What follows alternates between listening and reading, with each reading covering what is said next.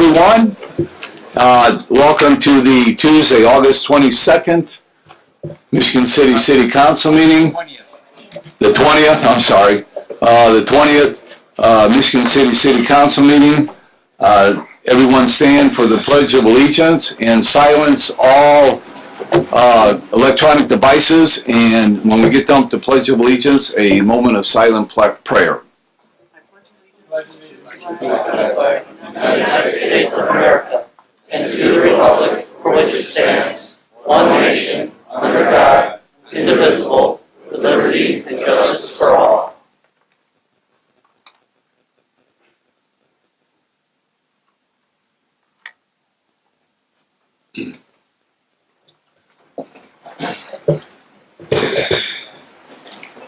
Ms. Nyland, if you would please, take the roll call.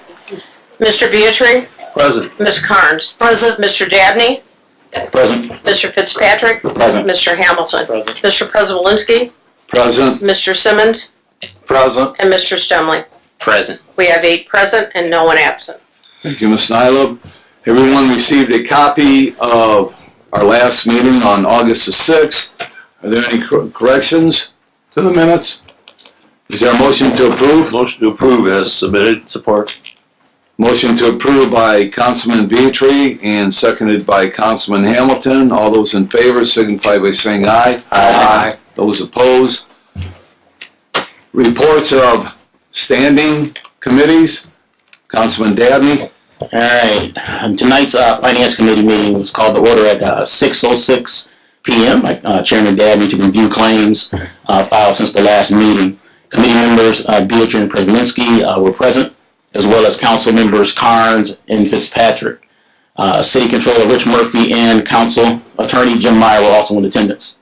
Claims reviewed totaled $109,363.38 from the Riverboat Fund, $35,139.32 from the Boyd Development Fund, and a payment for the Energy Savings Project of $163,952.40 for a total docket of $308,455.10.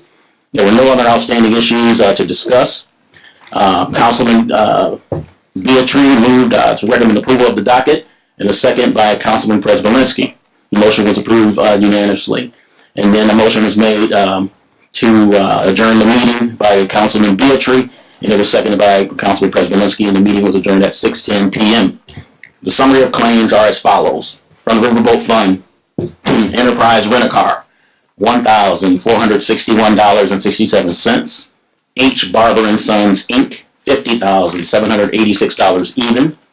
James Meyer and Associates, PC, $455 even. Minor Electronics Corporation, $570 even. The News Dispatch, $480 even. Primera Engineers Limited, $11,386.22. And there were 2 EFT payments to City Controller of Michigan City of $24,236.99, and another of $19,987.50. And these transfers were for Community Crossings Ridgeland and Pleasant Avenue. There's some paving projects, if I'm not mistaken. Total Riverboat Fund, $109,363.38. From the Boyd Development Fund, Butler, Fairman, and Sufert, Inc., $3,534.30. Michigan City Main Street Association, $15,000 even. Primera Engineers Limited, $4,605.02. Reef Riley Construction Company, Inc., $12,000 even. For a total from the Boyd Development Fund of $35,139.32. And then once again, the Energy Savings Project payment, $163,952.40. Once again, for a total docket of $308,455.10. And that concludes the Finance Committee report. Thank you, Councilman. Are there any other reports of standing committees? I don't believe so. Any reports of special or select committees? There are none. Reports of other city officers and departments. And before us this evening, we have Ron Miller, President of the Michigan City Veterans Commission. and he's going to give us information on veterans' jobs and the information fair. Good evening, Mr. President, members of the council. My name is Ron Miller, 3033 Woodrow Avenue, Michigan City. I want to thank the clerk's office for making me the opening act for Clarence Halls tonight. I know you have a long meeting, and I wasn't going to do this until I was driving over here. And with the number of people who are here tonight, a lot of respected people in the community, I want to mention how much I respect the work that all of you up here have done as members of the council. It is sometimes a thankless task. Some of you will not be back at the end of the year, and your dedication to the community is much appreciated, but I want to talk about one in particular, and that's Tim Beatry. Everyone knows, or many people in this room know, that Tim had an accomplished career as an educator and a principal with Michigan City area schools. During the 9 years I served on the board of the chamber, Tim was executive during part of that time. And I can tell you, with some of his many accomplishments, I'm not sure whether the Art Space project would have gotten off the ground and gotten to where it is without Tim Beatry's guidance. He was a strong supporter from the very beginning, organized some of the early portions of the Art Space program, and really kept it on track through the entire portion. And then he agreed to serve on the city council. I think the thing that I admire most about the fact that we don't always agree. You didn't always agree with council members, but you understand the difference between agreeing with opinions and agreeing with the individuals. And your respect for the other members of the council was evident even when you didn't agree with what they had to say. So Tim, thank you for your service to the council and to the city over all these years.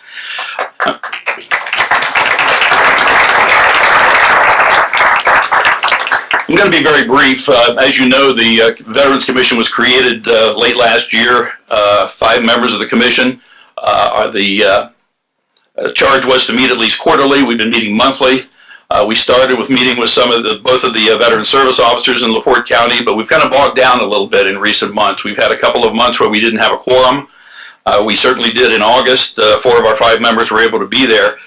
But one of the things we're going to work on, and I'm going to need some help both from the council and from the community, we've decided that we think that if we can put together a job fair that is more than a job fair, that it is going to be a benefit to the veterans of the Michigan City area. None of us have experience along those lines. We know some people who do.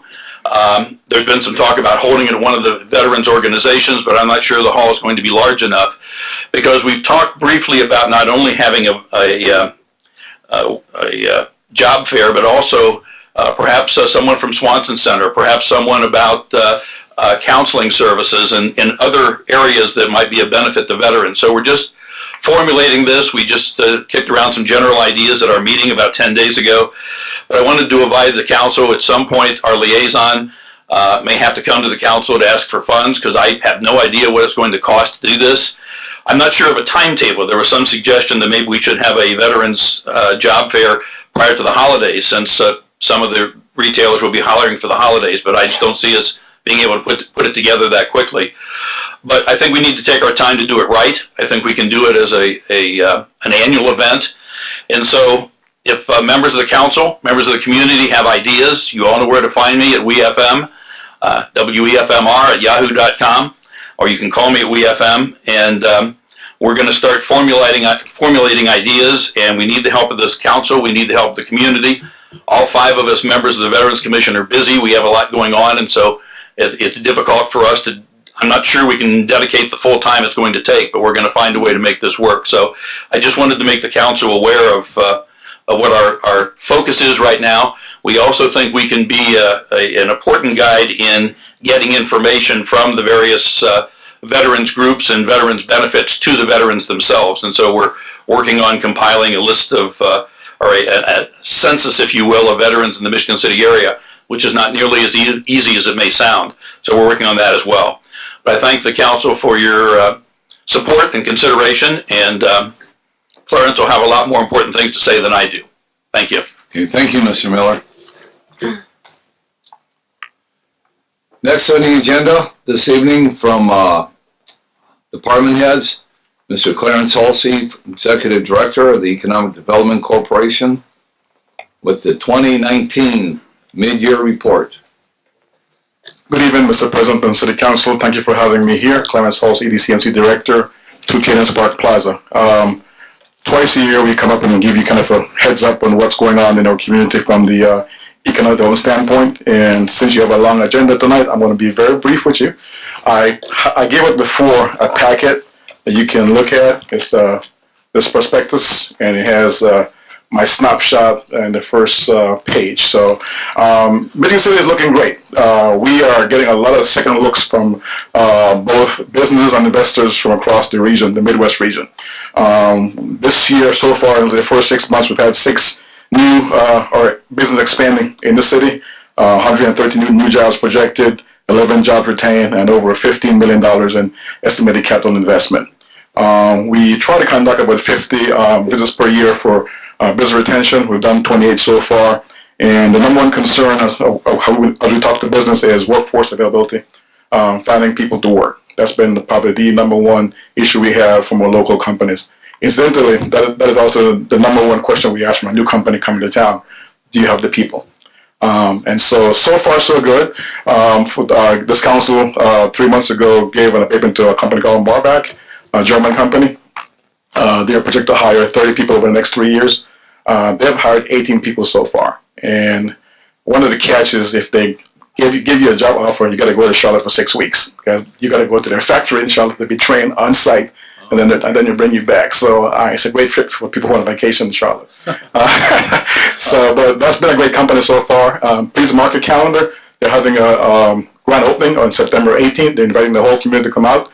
They have a tours scheduled in your packet. I gave you a list of when the tours are scheduled, but the official sermon is going to be at 4:30, where we'll have an official ribbon cutting and a few speeches.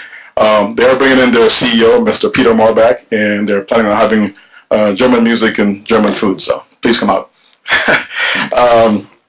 Some of the other things we do also involve, well, the number 2 concern, we'll go back to that one, is retooling. As people are talking about the whole, the industry is going more towards automation. So we're seeing a lot of companies coming to us looking to find funding for buying new equipment, but also they're investing in a lot of equipment, but not necessarily hiring new people, because they're having to upgrade the skills of the people they have.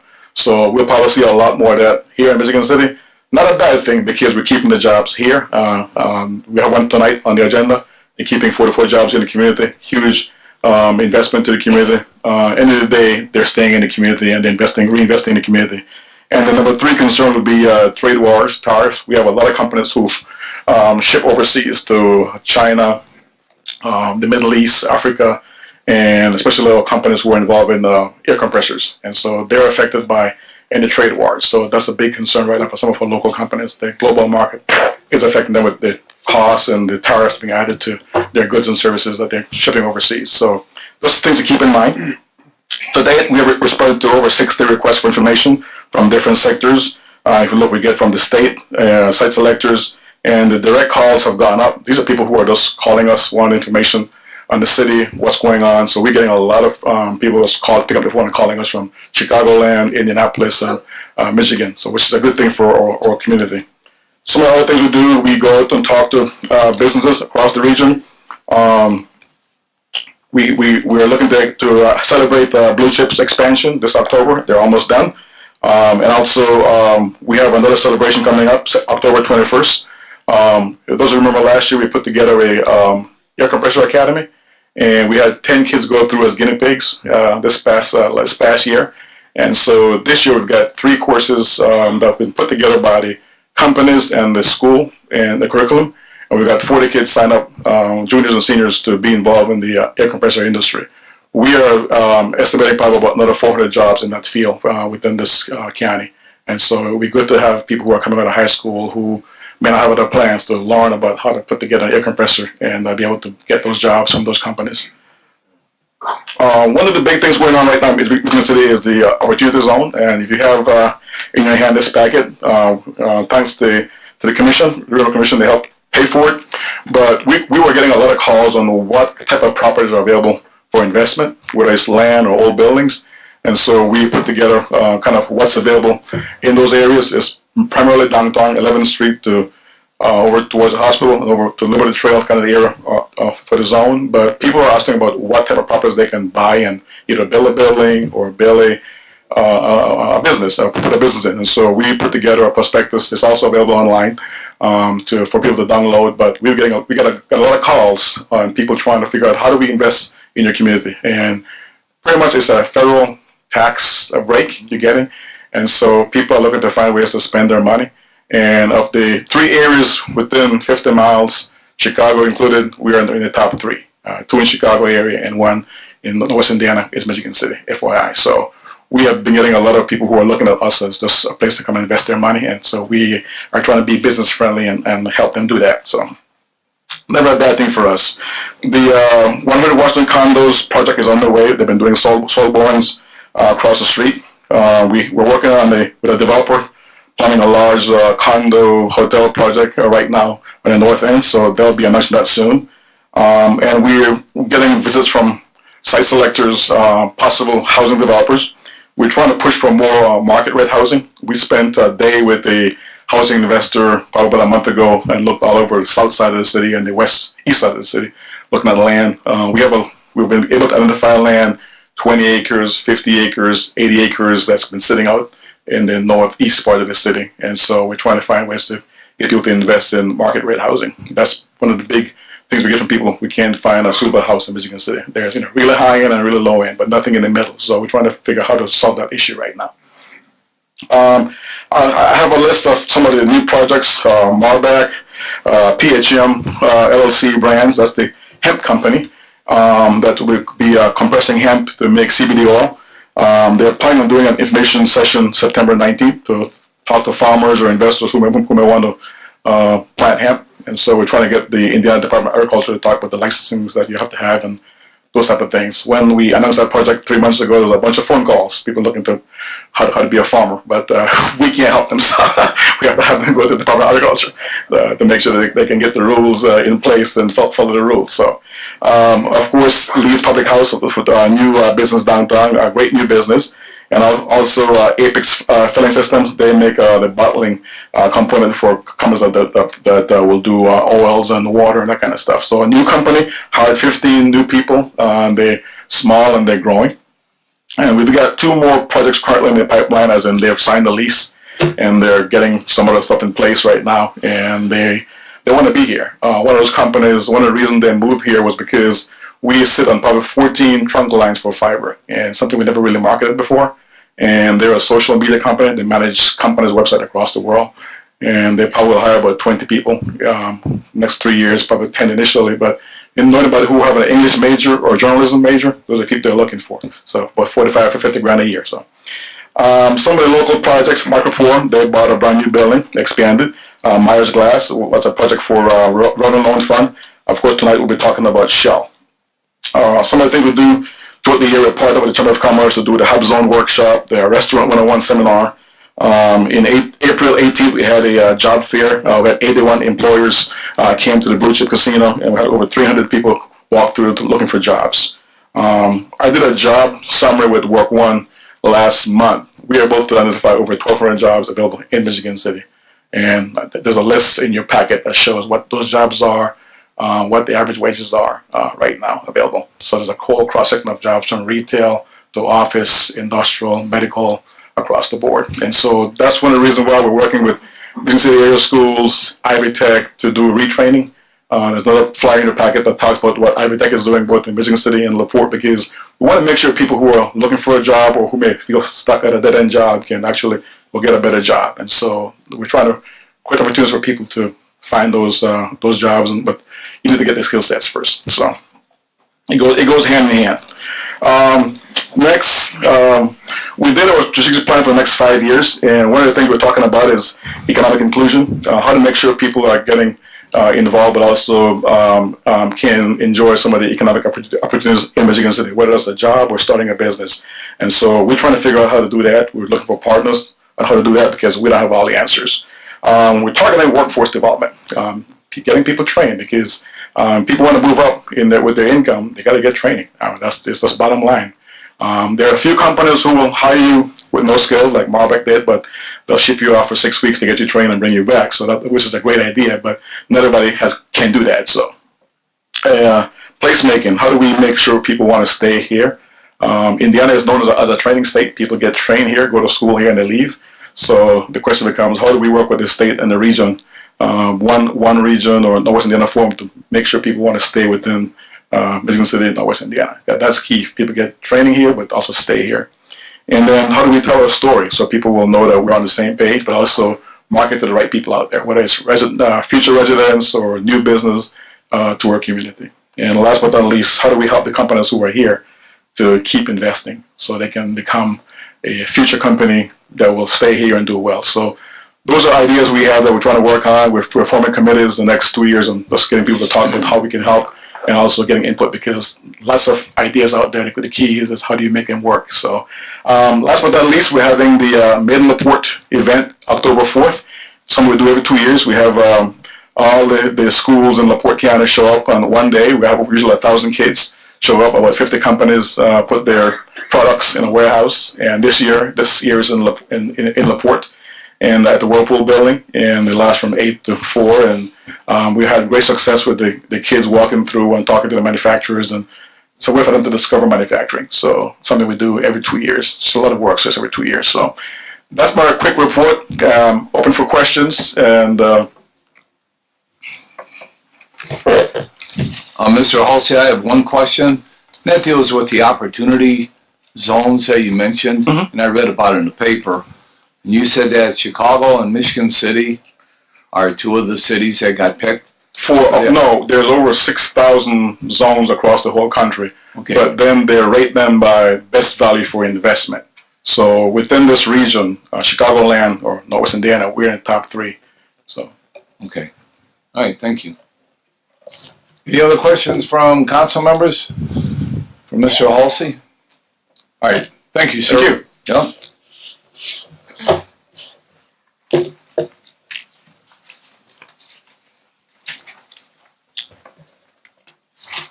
Moving on to the claims docket. Fund 2042, the Riverboat claims. There are claims for $109,363.38. Under Fund 2031, Boyd Development, claims of $35,139.32. Included is the ESG, the Energy Savings Group, for claims of $163,952.40. Is there a motion to pay the claims? Motion to pay claims. Support. Motion by Councilman Beatry and seconded by Councilman Dabney. All those in favor signify by saying aye. Aye. Aye. Claims are to be paid. Ms. Nyla, are there any petitions before us this evening? There are no petitions. Communications? Correspondence was received in the clerk's office on August 2nd from John Kirk, DLZ, field observation visit for ESG project solar installation at Fire Station Number 4, Patriot Park in the Senior Center. We also received correspondence from Mike Huss, General Manager, Sanitary District, regarding the decorative trash receptacles. Correspondence was received on August 5th and August 12th from John Kirks as well, from the DLZ Weekly Activity Report for ESG Energy Projects. We also received on August 8th from Jeremy Keenitz, Superintendent of Michigan Park and Recreation, golf course fee comparison. Correspondence was also received on August 13th from Don Babcock, President of the Michigan City Redevelopment Commission, regarding the double track financing. On August 13th, correspondence was received from Corporate Counsel Amber LePage Sawbrink and Counsel Attorney James Meyer to review the letter from the Historic Review Board, Elston Grove Lighting. On August 13th, Mike Huss, General Manager of Sanitation, we received an additional correspondence from Trash Receptacles, comparison of the quotes. Correspondence was also received on August 14th from Councilman Dabney, information requested regarding bonding for the double tracking project. We also received on August 14th from Councilwoman Candace Silvas, her resignation from the Michigan City Common Council. Yeah, and Ms. Nyla, I'd like to read that at this time. And the letter is addressed to Mayor Ron Lear, City Council members, residents of the 2nd Ward, and City Clerk Gail Nyla. It is with a heavy heart that I submit this letter serving as my resignation from the Michigan City Common Council, effective immediately. I have chosen to make an investment in Michigan City by purchasing a home. Unfortunately, the property is located outside the boundaries of the Second Ward, and I will be unable to continue to serve in my present role. I would like to thank my colleagues on the City Council. It has been a pleasure to work alongside you for the last 3.5 years. The Michigan City Promise Scholarship is an exceptional step forward for our community, and I am proud to have been part of the team creating this unique incentive for our school system and home ownership. We have accomplished a great deal together, and I look forward to watching your continued progress. I would especially like to thank the residents of the Second Ward for your trust in electing me to serve you. There is still much to be accomplished, and I wish nothing but success to the next Second Ward Council representative. While it pains me to leave this position earlier than planned, I am grateful to remain inside the city limits and look forward to continuing to serve my city and community in other ways. Respectfully, Candace L. Silvis. You can continue, Ms. Nyla. The clerk's office also received on August 15th from Randy Rampolo, Barnes and Thornburg LLP, responding to Councilman Dabney's questions regarding the double track bonding. Correspondence was also received in the clerk's office on August 15th from Mayor Ron Mayer, Michigan City Redevelopment Commission South Shore Double Track Project. Okay, thank you, Ms. Steinman. I'd just like to go back and respond to the correspondence that we received by the Historic Review Board, and that's with the Corporation Counsel, Amber LePage Stallbrink, and our Council Attorney, James Myers, putting together in response to the Historic Review Board and the globe lighting change out that took place in Historic Review District. And I talked to Mrs. Dalton last night, who's the president of the Historic Review Board, and she said that she is satisfied with the opinion of the council and city attorney, and we'll be reviewing that at Monday night's Historic Review Board meeting with her committee.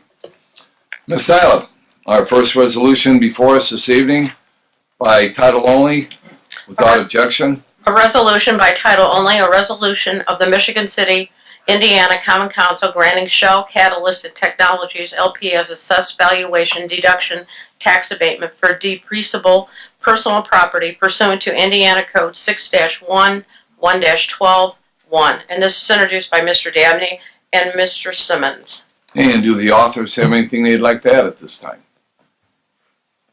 Councilman Simmons? Well, I'm just very pleased to know that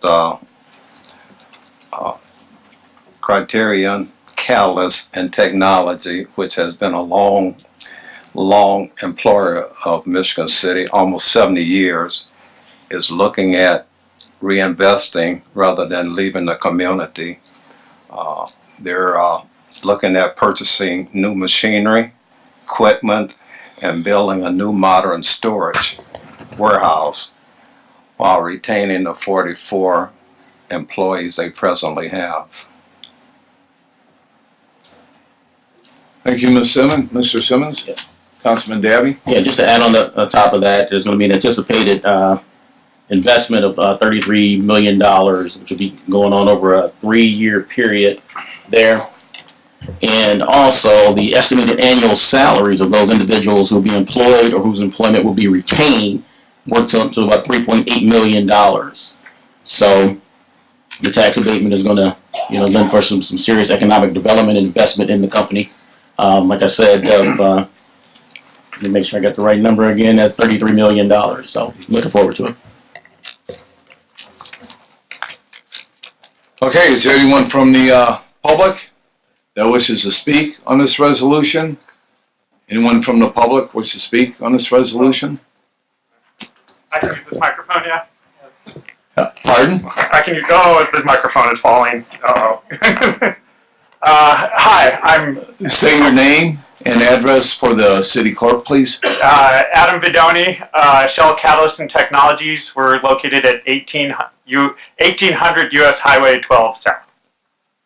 I am the Engineering, Maintenance, and Technology Manager. Criterion, as we've come to been known. We changed our name to Shell in April. No change of ownership. We've just decided to change our name. We are involved with making a product that goes into the refining market globally, not just for Shell refineries, but all refineries. We have about 15 to 30% of the refining market worldwide, meaning whether you're in China, Brazil, or the US, you're filling your car with octane molecules that have probably run over a powder that's come out of Michigan City. So we're excited to be here. We've been here for almost 70 years now. We're looking to stay for a lot longer.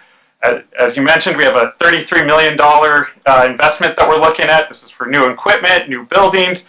Really just, our plan is getting old and we want it to stay here, so we're working on investing in new equipment and new projects so that it sticks around for a long time.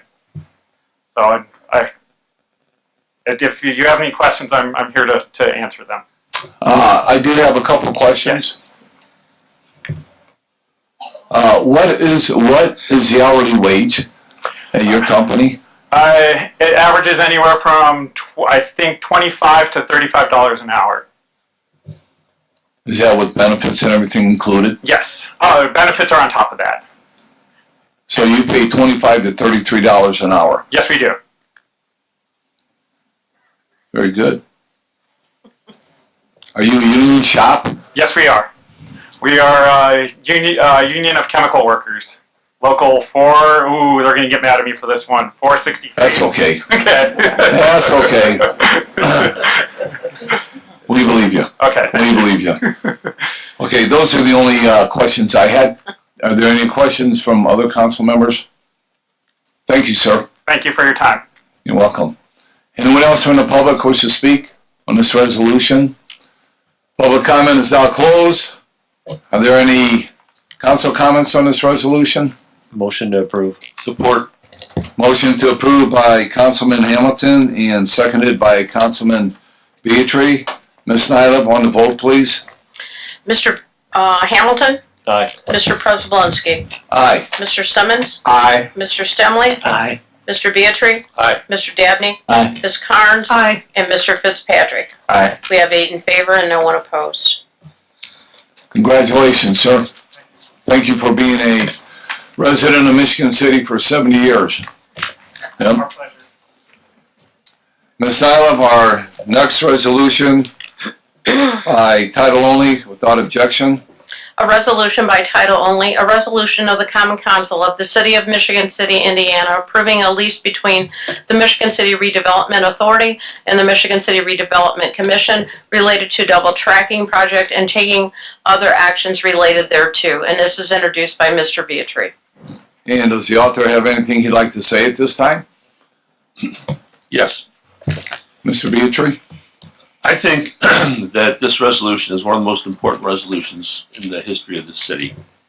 On June 6, 2017, this city council resolved to approve a little under $5.4 million through bonds to make double tracking a reality. We pledged this along with neighboring counties, the state of Indiana, and the federal government. We all agreed to close the funding gap together. All of them are closely watching to see what happens in this council chamber this evening. The issue to me is a simple one. It's a question of integrity. Does Michigan City have integrity or doesn't it? Will we keep our word or won't we? A no vote on this resolution or a vote to table sends the wrong message, that we are indecisive and we're untrustworthy. We need to send a strong message tonight that yes, we can be counted on, we can be trusted, and we will honor our pledge. A card laid is a card played. We laid that card on the table on June 6, 2017. It was a part of a regional guarantee to support this project, and we can't pick that card up now. I know there may be some clarification needed by some of my colleagues that go beyond the question of integrity. And I'd like to suggest, Mr. President, that we invite Mr. Babcock to the microphone to cover some of the details. Mr. Babcock? Well, thank you, Councilman Beatry, and I want to echo Ron Miller's comments about your leadership and support of the community. I'm certain that we wouldn't have our space without your hard work for so many years, and your inspiration to so many young people in our schools too has been tremendous. But my name's Don Babcock, 135 Shorewood Drive, Michigan City. I'm honored to be the president of the Michigan City Redevelopment Commission, and President Przybylski and distinguished council members. I do want to thank you for being on Team Michigan City, because I think all of us are trying to move the community forward. There may be some difference of opinions here and there relative to the approach, but I think Mr. Holst's comments prove up the fact that a lot of things are going the right way, and I know for a fact that we are getting a lot more interest from developers and other investors than we have for years. So tonight, we are really here on more of a technicality other than anything else relative to the type of bond we're going to issue relative, that was Mr. Councilman Beatry mentioned, of $5.39 million. But as he also mentioned, it's also an opportunity to reaffirm our support for the double track project and this catalytic opportunity to change this community in a good way and create more opportunity for more of our residents and other investors to come to our city. And I do want to point out too that with our bond counsel and legal counsel, we have structured this bond at the lowest possible cost. There was a question, and since Councilman Beatry went through some of the previous approvals, I'm not going to belabor those points.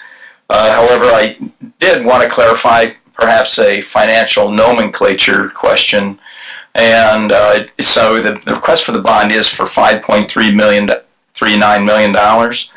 However, once you add the interest into that, if you go for the full 19 and a half years, it would be $815,000 on top of that, or approximately $6.2 million in total that the Redevelopment Commission would be putting funds towards. And if we limit that to a 10-year deal, it would be only $6.1 million. So by paying it off a little early, we can save a few dollars there. And our bond counsel is here tonight, as well as our CPA firm. So I would love to bring up 3 or 4 other people to join me to just briefly go over the details of the bonding process and the status of where we're at. So with that, I'd like to bring up Randy Rompola, our bond counsel from Barnes & Thornburg. I'm going to bring everybody up at once, and just because of the speed here. Andy Mauser from Baker Tilly, relative to our the financial package itself. Mike Nolan from the South Shore, and from Congressman Biskowski's office, Mark Lopez. So if we could start with Mr. Rompola. And basically, what would be good if you would describe why we have to take this step this evening. So, good evening. I'm Randy Rompola with the law firm of Baker and Daniel, or Barnes and Thornburg, excuse me, with offices. I'm going back many years. Yeah, flashback. With offices in South Bend, Indiana. So we are here before you tonight with a resolution asking for your approval of the lease between the Redevelopment Commission and the Redevelopment Authority. As was referenced, the council adopted a resolution in 2017 indicating a desire to become a cash participant, if you will, or participate in with LaPorte County to pay up to $12.1667 million with a bond financing of $5,390,000 of that, and the balance of that to be cash funded with available funds on hand. The resolution at that time was intentionally vague in terms of the financing structure other than approving a redevelopment district bond, because we were too far in advance. We didn't know exactly what would be done at the time the bonds were actually issued. We are at that point now. State law requires the council to approve specific terms by statute with respect to the bonds, and those are laid out in the resolution before you, providing for an annual lease rental of not to exceed $750,000, a maximum term of the lease for 22 years, maximum interest rate on the bonds at 6%, and also no capitalized interest. With respect to the bond and lease terms, all of those are set out as parameters. They are maximum amounts that once, and the lease itself in section 4 of the form of the lease, when we get to the point of actually selling bonds, presuming you adopt the resolution tonight, the lease term, certainly the lease rental, perhaps the lease term, will be reduced, and the maximum interest rate would be reduced to match whatever the bond interest rate will be. And Andy Mauser can speak more specifically to the financing structure. But what is before you and what is in the resolution just simply sets out the parameters of the bond issue. Very commonly done at this point, because if we tried to guess exactly what they would be, we would probably be wrong, and we would have to start the process all over. So I know there's always concern sometimes about, 22 years at $750,000, I can do the math, that's a lot of money. But again, when you look at what we're trying to do is actually, when we're in the market and the bonds are sold, that lease rental will be reduced and the term will be reduced of the lease to match exactly what the debt service is on the bonds. Because we are able to lease an existing asset, there will be no capitalized interest. That is one drawback sometimes that you see with respect to a lease financing as opposed to just a straight redevelopment district bond. Because there is an existing asset here, 11th Street, a portion of 11th Street that would be leased, we don't have to incur the additional expense of capitalized interest. Both the Redevelopment Commission took the precursor actions. The Redevelopment Commission held a public hearing on the lease. Both bodies approved the form of the lease, similar to what is before you tonight. And so if you do adopt the resolution tonight, we would continue with the expectation that we would have bonds priced and sold and closed actually by late October, which is consistent with the timing that the state has indicated the funds would be required to begin the project.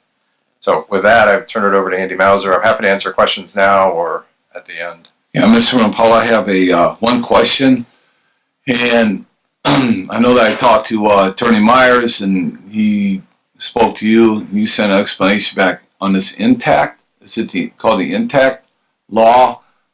That deals There's a provision, the intercept provision. Yeah, interceptor. Could you explain that to the council and to the Sure. So public? when the law was adopted in 2017, there was a provision that was included so that and it refers to any county that is a cash participant with respect to the project, to the extent that the funds are not made available in a timely manner, the state has the ability to intercept funds that the state would otherwise pay. That's the concept is not new. The intercept provision is sprinkled throughout Indiana law with respect to projects or financings where the state has the ability, and for example, school corporations, anytime a school corporation issues debt, there is an intercept provision so that if a school corporation did not make a payment to bondholders, the bond trustee simply notifies the state treasurer makes the payment, but then the state treasurer would withhold funds that would go to the school corporation. So that provision was added here as well, primarily to ensure that to the extent, again, all of these communities are coming together saying we will commit the money, the state has come together, the state has come and committed its money, and in fact, as maybe referenced later, the state committed even more money this past legislative session so that the state, the federal government, and the local communities don't want to be in a position where one community, one county steps out and says, well, we've changed our mind. We're not going to do this any longer. That might end the entire project. And so no community or the state didn't want to be in that position. So the state legislature or General Assembly included that intercept provision in the law to provide for the funds to be made available when they need to be available. So if the state was to enact that, just as an example, if, for whatever reason, the city council wouldn't approve this resolution, so then the interceptor law would go into effect, where would they take the funds from that wouldn't be coming back to Michigan City? Would they take it from property taxes or, So how would that work? It would be money that the state has control over, primarily local income taxes is the easy example. Those monies are paid to the state then pays them to the county. And so the state has control over those funds for a period of time until they're paid over to the county. The state would intercept those funds and use them for this project consistent with that provision, if that were to happen in any county. Okay. I just wanted to get that explanation because I heard about that about a week and a half ago, and I had never heard about that law before, or what effect that would have on this, double tracking, resolution. And so I just wanted to get a clarification on that and get a clarification for everyone that's here tonight and everyone that's watching, so that if for some reason the council wouldn't approve this resolution, the state would take the money anyway for this project. Right. As was indicated earlier, at the time in 2017, all of the local units of government came together in 2017 and made a determination to put money in. And so the intent of that intercept provision was to make sure that now that NICD, the local governments, the state government, the federal government, as the monies are being spent, to the extent any entity, any local unit of government, not the state, but a local unit of government, didn't pay the appropriate money at the appropriate time, the state can be assured and the federal government can be assured and all of the other local communities that are paying that money would be made available such that the project would not be slowed down or stopped at all. Okay. Thank you very much for that explanation. Sure. Andy, and the deadline was October 22nd to have those funds in place, correct? And so, Andy, if you would speak to, number one, that perhaps now is a good time to borrow if you're going to borrow, and then also the terms relative to that. And I guess just back to President Prisbalinski would comment relative to the last discussion. This is not an inexpensive process. We have many, probably, I don't know, Mike speak to this, probably at least thousands of hours in many communities trying to push this project across the goal line, even all the way up to, I'm sure Vice President Pence's level. And if you would comment just a little bit describing the bond, sure, interest rates and potential early payoff, how that works. Sure. Well, good evening, council members. Andy Mauser with Baker Tilly. I did pass out a set of schedules dated today. So just wanted to briefly kind of go through those and highlight some of those parameters that you would be approving in your resolution. This evening, I did want to note that these schedules represent a current estimate of what the financing could look like. That your approval tonight would allow us to get bonds sold in October and then closed by late October. So actually getting bonds sold in early October and locking in rates at that point. We do think if you were to sell bonds today, interest rates would be a little bit lower than what we're showing here. So certainly leave some cushion for additional market movement here in the next couple of months. Taking a look at page 2, wanted to highlight one feature of the financing that's not unique to this financing. It's very common on all your TIF bonds. So to fund the full $12.2 million obligation for the city for the double track financing, we've shown the $5.39 million of bonds, additional Southside TIF cash that would be put forth by the Redevelopment Commission. And then also a portion of that money would be used to fund a debt service reserve fund. So that's money that's set aside, represents 1 year's debt service payments on the bonds. And that money will sit in an account as additional security on the bonds and then can be used to make the bond payments once they get closer to the maturity date. Again, that's very common on all TIF financings. The bond market will look for that on investors. The bond rating agency will look for that. And so having that reserve in place allows the city to obtain its highest rating, the A+ that the city currently has. And then because of that rating, obtain the lowest bond interest rates. So on page 3, we've shown an illustrative repayment schedule, what the bonds would look like again if you were to sell here in a couple months with some additional cushion in interest rates from where rates are today. And you can see the financing structured just under 20 years, final maturity in 2039. But we have, with the goal of keeping the repayment term as short as possible and then keeping interest costs down, you'll notice that the principal is accelerated in those early years. So of the $5.4 million, you would pay all but a little under $1 million by 2028. So the majority of the principal would be repaid in the first 9 or 10 years. And then also wanted to highlight that additional $650,000 that you would have in reserve. If you look at the principal balance there towards the left side of the page, when you would get to the 10-year call on the bonds, so in 2029, that $650,000 would then be on hand and could be used to pay all remaining principal on the bonds at that time. So you can see in 2029 the remaining principal balance of $585,000. So again, with the TIF financing, the ability to go out to 25 years, we've limited this to 20 years, and then with the reserve funds, would allow you to actually shorten it and pay it off at the 10-year point. So certainly helps reduce total interest or cost of financing. So in essence, we're putting money aside for an early potential payoff. We can decide 10 years from now whether we want to pay it off early or not. Correct. And my point when I started this, I perhaps didn't say clearly enough on nomenclature. It's common to talk about this as a $5.39 million bond rather than including interest in it, just as you do on your home mortgage, right? If I'm buying a home for $100,000, I'm going to borrow $80,000. I don't say I'm borrowing $140,000, including all the interest. When I talk to you, I'm talking about the $80,000. So we're not trying to hide anything here.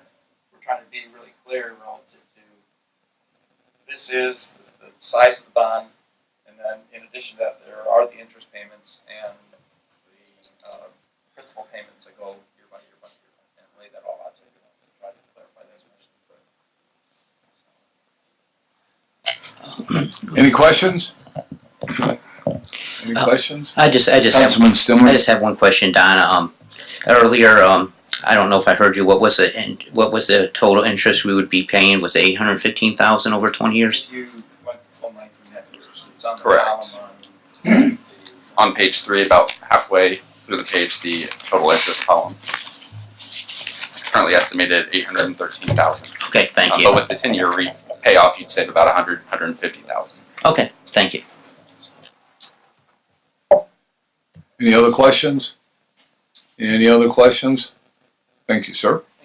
it would be valuable for us to get an update from Mike Nolan relative to the status of the overall project and what the comments of General Manager of South Shore. Mike Nolan. Thank you, Don, and thank you, President Przewinski and Council, for having me here tonight. This is a big night for us, and I want to thank you for all your past effort. I want to thank you for the time you've given over the last 10 days to meet with me and spend a couple hours to get a detailed update on where the double tracking process is. I want to first introduce a few team members are here tonight. Nicole Barker, raise your hand. She's our project leader on the double track project. I think Pascal Luciano's here somewhere. Way back. Pascal, raise your hand. I think I saw Brianna Anderson. There she is. And then our general counsel somewhere here. Oh, there's Chuck Lukeman. He's our general counsel. They're here as part of the NICD project team. I'm also joined by Mark Pasquarello right here at the end of the first row. Mark is the Director of Debt Management at the Indiana Finance Authority. I'm going to ask Mark to come up here and also give you a little presentation on how the IFA fits into the double track process. Oh, thank you very much. And thank you for mentioning that. And I didn't give you my address, 2711 Floral Trail, Long Beach, Indiana. My wife, Carrie, and I are supporters of this project. We are members of the Michigan City area community. The one thing that both Carrie and I hear all the time is, when do you get the trains quicker to Chicago? And so that's what we're here to talk about tonight in general, and all the economic benefits that it brings. Thanks for covering me on that one, Don. In 2016, Councilman Beatry mentioned the 2017 agreement, but we've been at this for a while. In 2016, we passed the operating agreement. Actually, in 2011, the council decided where the route was going to go for the real project. Then last year, as Councilman Beatry mentioned, we came back with the financing, along with the approval of the funding from the Redevelopment Commission, and we thank Don Babcock and his commission as well. With that funding, we were able to get the support of the Indiana General Assembly in 2017. We moved the project through project development. We completed 30% of our engineering. We got our environmental cleared. We got our finding of no significant impact last November. And so we're at the phase in the project where we are ready to move the project into the next phase of the federal government's process. Along the way, when we started this process, the local share that the federal government was looking for in the project was 50%.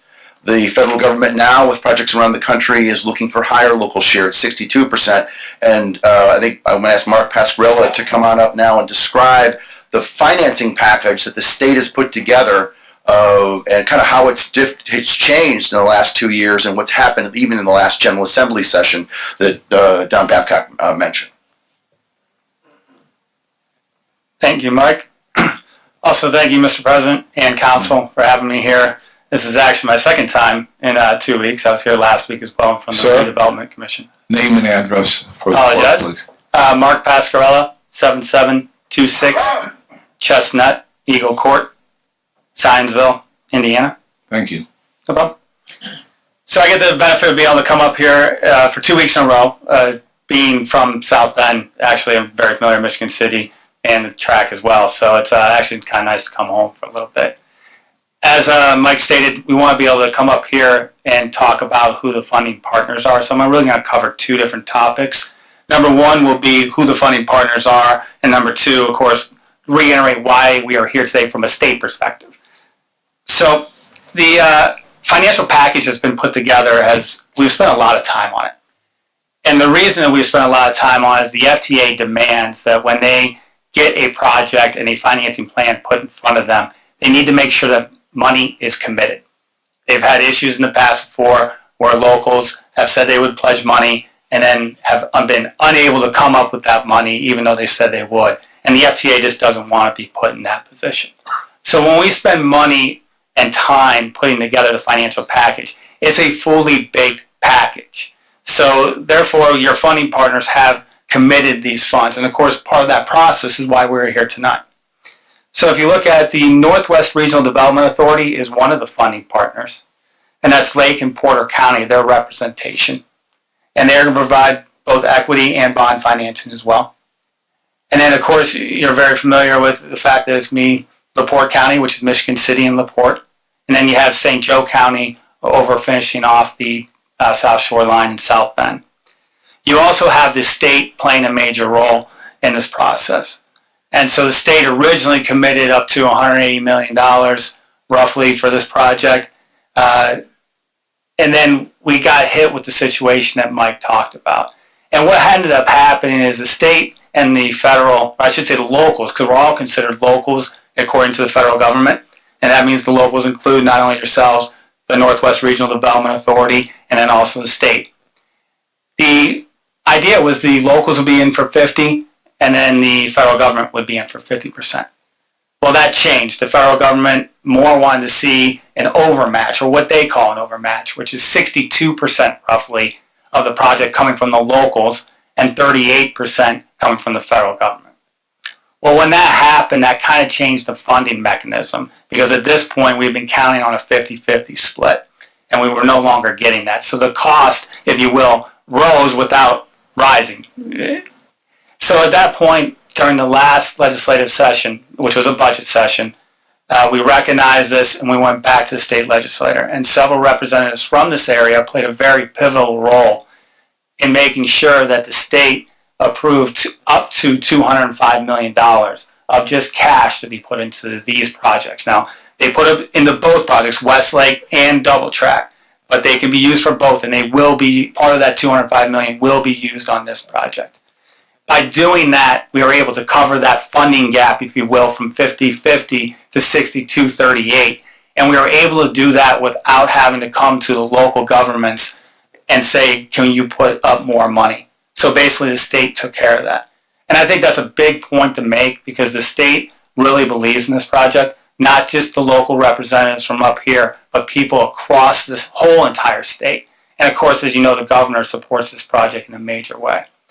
So I just want to give you some sense of who your funding partners are and the commitment that they have made. And again, that's hence why we're going through that process.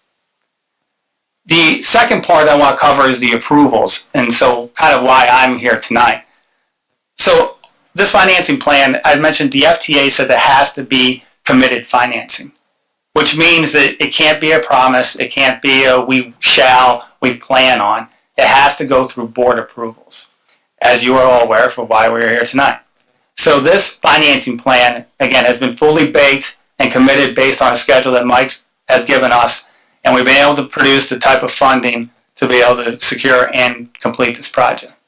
That went through the NICD board, it went through the Northwest Regional Development Authority board, and then came in front of the Indiana Finance Authority Board. All three of those boards approved it, which then triggered the next step, which was going in front of State Budget Committee. And State Budget Committee are the ones who control the purse strings, if you will, for the state. The State Budget Committee reviewed it, had no objections, and that is what triggered the 120-day process for the LaPorte County and St. Joe County funds to come in. And of course, that magic date ends up being October 22nd. And hence why, again, you hear about people bonding in early October and funds coming in late October so they can fulfill the cash participant funding agreement.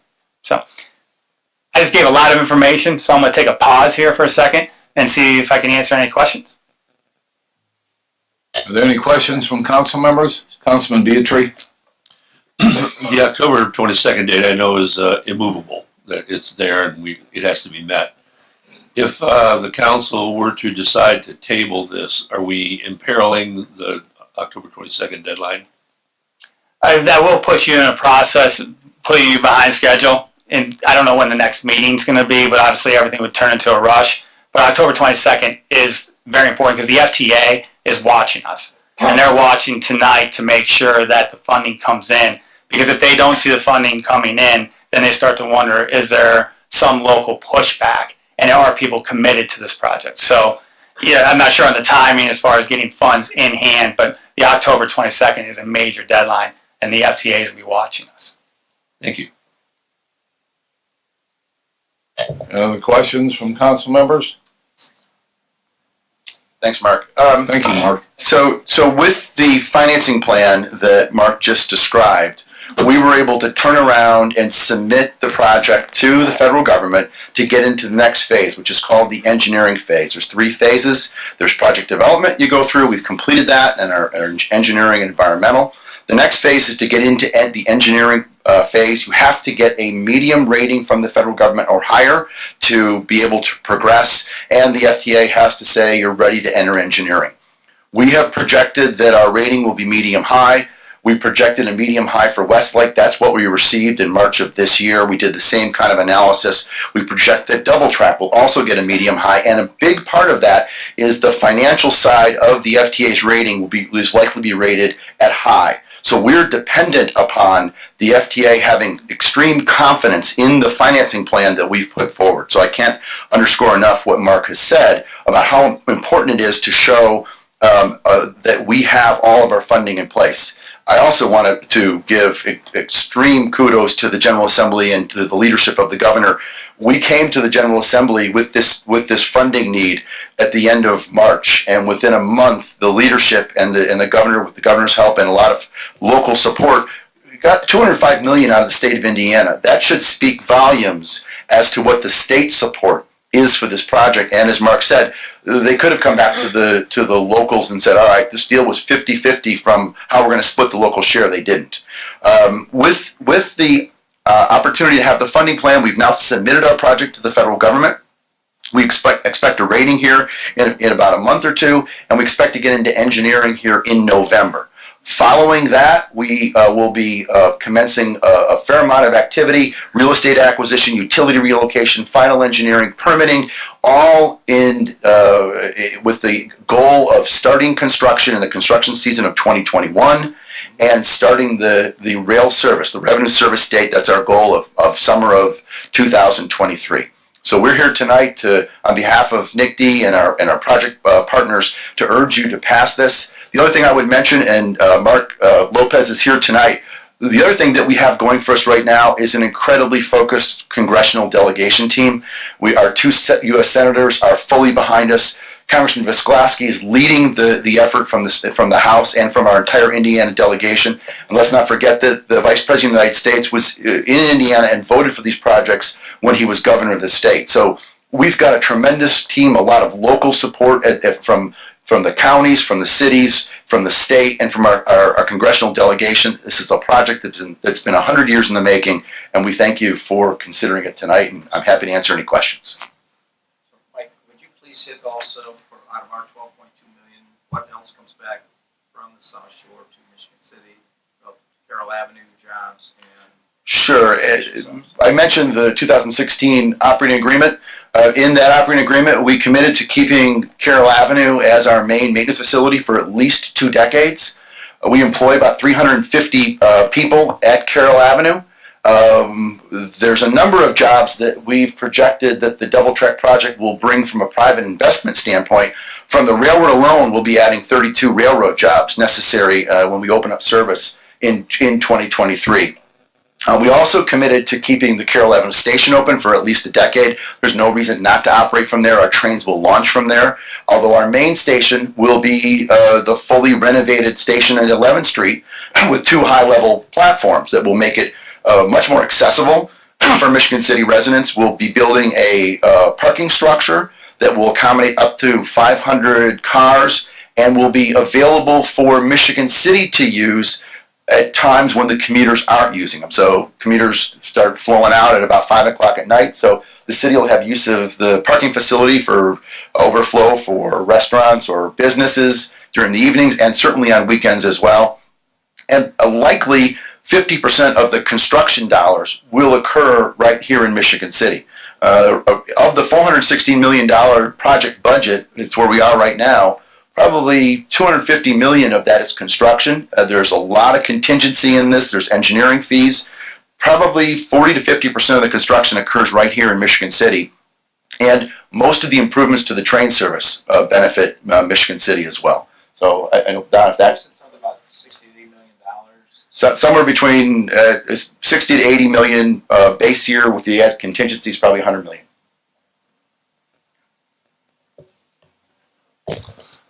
Thank you. Yeah, Mr. Nolan, I have a question, and we talked about it when we met, and you said that you were going to get an answer, and that was with the crossings. Yep. Yeah, because there was a concern, and I've heard it from residents in town, that the crossings that will be open were going to be raised crossings rather than being flat, level crossings. Can you comment on that? Sure, and as you know, right now our tracks are embedded in the asphalt in the street. And so one of the benefits here is that we are going to get the tracks and the ties out of the asphalt because it deteriorates them probably 3 to 4 times quicker than if they're in open air. So we're going to have to, raise them out, but we are going to do it in a way so that your crossings are level. So we've taken, I did go back and take a look at the engineering plans. The crossings are like over by Ames Field where you cross and there's no raised mound or anything, or over by 12 as you're heading east on or west out of town. They will be at level crossings without a hump. Okay, thank you, sir. Sure. Any other questions from council members of Mr. Nolan? Thank you. Last, I'd like to ask Congressman Oscar's office, Mark Lopez, 7895 Broadway in Maryville, Indiana. I want to thank each member of the Michigan City Common Council for the opportunity to address you this evening in support of the resolution. Congressman Pete Visklowski's strong advocacy and focus on this project is due to jobs. Construction jobs, access to jobs, and future jobs that will be attracted due to the increased train options and the reduced travel times, as well as the continued reinvestments and improvements that are being made in Michigan City. The Congressman last spoke to this body on November 1st, 2016, and he remains fully committed to making sure that this transformational project will be up and running as soon as possible. I would add that the groundwork for the federal funding is in place, and the Federal Transit Administration has already recognized the value of the double track project. And in order to secure these federal funds, we must demonstrate local community support. That would be by making affirmative decisions in terms of the project as well as financial, and also have the entirety of the non-federal match dollars. Your actions to support the Redevelopment Commission proposal is just what we need to ensure that our federal and state taxes will be returned to this community.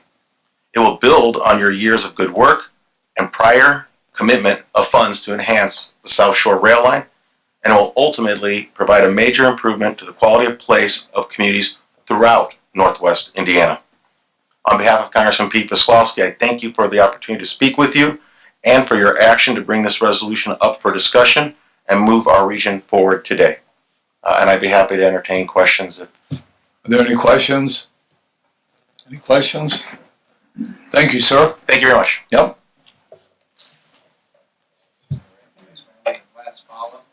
I just wanted to put maybe a finer point, if I could, on Councilman Beatrice's question about the schedule. Within a week or so of receipt of the letter, actually even before the letter was received formally, we knew that the IFA and the state bodies had taken action. We had started with Andy working on the structure of the financing. So all of that, the financing is currently scheduled to close on October 17th, which I believe is a Thursday. The 22nd, I think, is a Monday. And that's the last practical day we could close on a bond issue. We typically would not close on a bond issue on a Friday or a Monday. And so between now and then, we have a calendar of all the things that have to happen in terms of the rating agency, the bond sale process. So there really is no room, and it's not, we waited to the last minute to come before you. I referenced that we started within a week of receipt of the letter. So we, from all of the things that had to happen between the authority and the commission and the notices that had to be published, the commission had one, I think, possibly two special meetings. I can't recall, definitely one. And so from a timing standpoint, it is a fast track financing in that sense. And so I just wanted to put the point on that we are closing almost at the last possible minute before the 22nd deadline. Thank you, sir. You done? Thank you very much. Okay, thank you. Thank you, Mr. Babcock. With that being said, is there anyone else from the public that wishes to speak? Good evening, Mr. President, Council. Thank you very much for letting us come up and talk. My name's Joe Core, LaPorte County resident, been here all my life. Address, Mr. Core? What's that? Address? 3768 North, 525 West, LaPorte.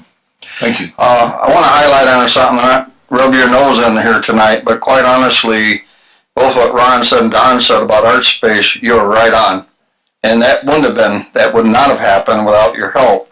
And I think if you look in this audience here tonight, you're probably going to find a show of hands and not a clap.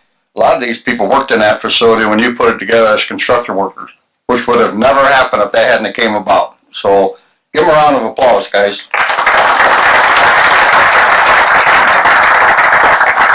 So when I look at this, and I spoke here many, many times, and you know, Betty and I, my wife, were both in complete favor of double tracking. We have been ever since it was started 2-3 years ago. I think when you can get Vice President Pence, and you can get to Governor Holcomb, and you can get our representatives, Pete Piskoski and all the rest of them, you get the mayor of Michigan City, you get the LaPorte County Commissioners, you get yourselves, and the Redevelopment Commission, and you can all agree on a common cause that's going to do a great thing for Michigan City. This is going to open up the door, not just for construction jobs. Yes, I represent construction. But look at the jobs it's going to create in these different facilities for people to maintain and keep them going. And that's what, I thought that's what we wanted in Michigan City and LaPorte County. We want to bring jobs to Michigan City.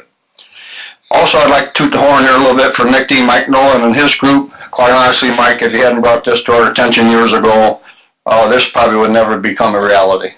And the fact that we've got all the other areas in line to get on board, and we play a big part in that little gear of keeping it going all the way to South Bend. So I'm hoping you'll support it, and I hope you're in favor of it tonight. I see no reason for this to be put off for another meeting. To me, I think I've heard about all I could possibly hear to get a good understanding of what's going on. Mr. President, thank you for letting me speak. Thank you, Mr. Core. Mr. President, Mark Yagelski, 125 Boyd Circle, Michigan City, Indiana. As you well know, I was on the NICTE board for 17 years. This is not a new project. We've worked through 3 administrations already. Money's being spent that has already come back to our committee. We had a TA-21 bill in 2007, $2 million that came in, and we did the original study. We met with a lot of the council members at that time and the mayors at the time that went back between 2 administrations to help decide where the track was going to go and what's good for Michigan City. There was $2 million of engineering studies that was spent for local engineers, money that was spent for, we had meetings, we went to the community, and we had talking points, worked real well. As you all know, LaPorte County Council has committed their money. We have already committed our money already. So our money is we don't have to have a special meeting because our money's already been designated, so we're going to take our money out of set funds. But, if I heard your economic development director come here. If I came to you right now and says, I have a company that has 350 jobs, that makes about $100,000 a year with benefits. You say, well, where are they? Well, this actually happened in 1982, or 81, I think at the time. We went bankrupt. Railroad went bankrupt, and we were not going to exist. It was a freight and the passengers at the time. Our Indiana legislators got together and passed like 96-4 in favor of that to keep the railroad going. That was a benefit for all of us at that time in 1981 to 82 when Nicky took over our part of it and we sold the freight part, the state sold the freight of it. This is not the first investment we've had in LaPorte County for us. But I'll tell you what, since 82, because I've been a resident here for all of my life, we don't see economic money coming here.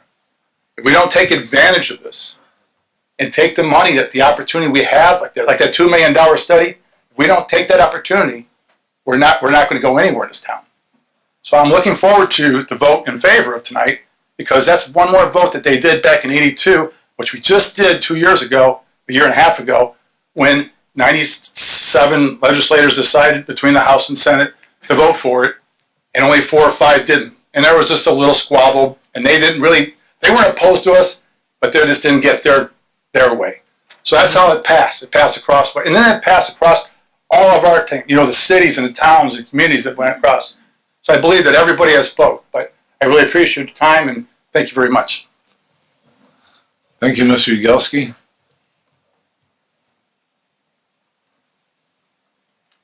Good evening, Mr. President. I'm Corey Campbell with Labor's Local 81, 510 Grass Fork Court, Wanatah, Indiana. I'm here on behalf of 39 Michigan City residents, members of Local 81, in support of the double track system. Also, we represent just under 1,200 members across 4 counties, Lake, Porter, LaPorte, and Stark counties. We're in support of good construction projects in our area. Long-term, couple-year project, be a good project for a lot of our members, Michigan City residents, and abroad. So just wanted to make our support.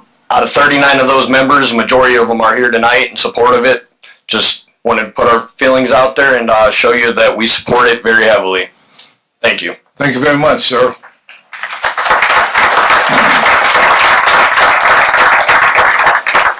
Good evening, Heather Ennis, President and CEO of the Northwest Indiana Forum. I reside at 264 Springwood Court in Porter, Indiana.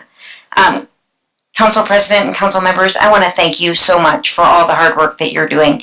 Michigan City is awesome. Wonderful things are happening here, and you guys are leading the way on regional projects such as double tracking and things of this nature. It's with your hard work, the hard work of the EDC, MC, the game-changing movements from the Michigan City Now group and different grassroots organizations like that are really showing what great things we have going on in Northwest Indiana. We're extremely impressed with what we see in Michigan City, and they're so excited about the activity that's happening here. The double tracking is a game-changing project for the region. It is truly a regional project that will bring jobs and investment to this region. With our Ignite the Region plan that the forum, along with regional partners, rolled out last year, it's our economic strategy for transformation for the region. This type of project is mentioned in all of the 5 pillars. To be able to bring business development and marketing to the region, to be able to bring infrastructure that has the opportunity to connect us even more closely to the 3rd largest economy in the country, to make placemaking around the tracks and with the infrastructure that can be brought in around the double tracking and the Westlake Corridor expansion, the talent that can come not only into the city of Chicago and bring their dollars to spend back here, but that can come and work here in Northwest Indiana via this type of infrastructure. And then the entrepreneurship and innovation and creativity that comes along with projects like this that create a real sense of place. We're very excited about this project. Obviously, from the forum, we strongly support it. We encourage you to support it as well. You guys have been leading the way on so many projects out here in the region that we'd like to see you guys say yes to this as well tonight. Thank you for your time. I welcome any questions. Any questions? Thank you. Thank you.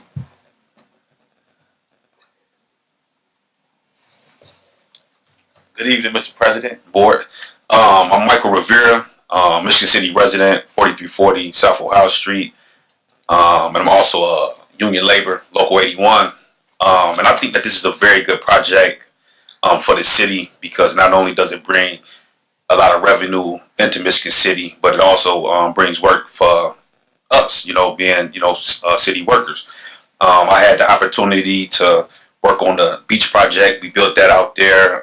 Last year, I was part of the sidewalk thing up there in Eastport, Lighthouse Mall. So this brings work for us where we're able to work in our communities, be here for long term, and a project like this would have us here for, quite a while with jobs and stuff. So this is something good for us and our families.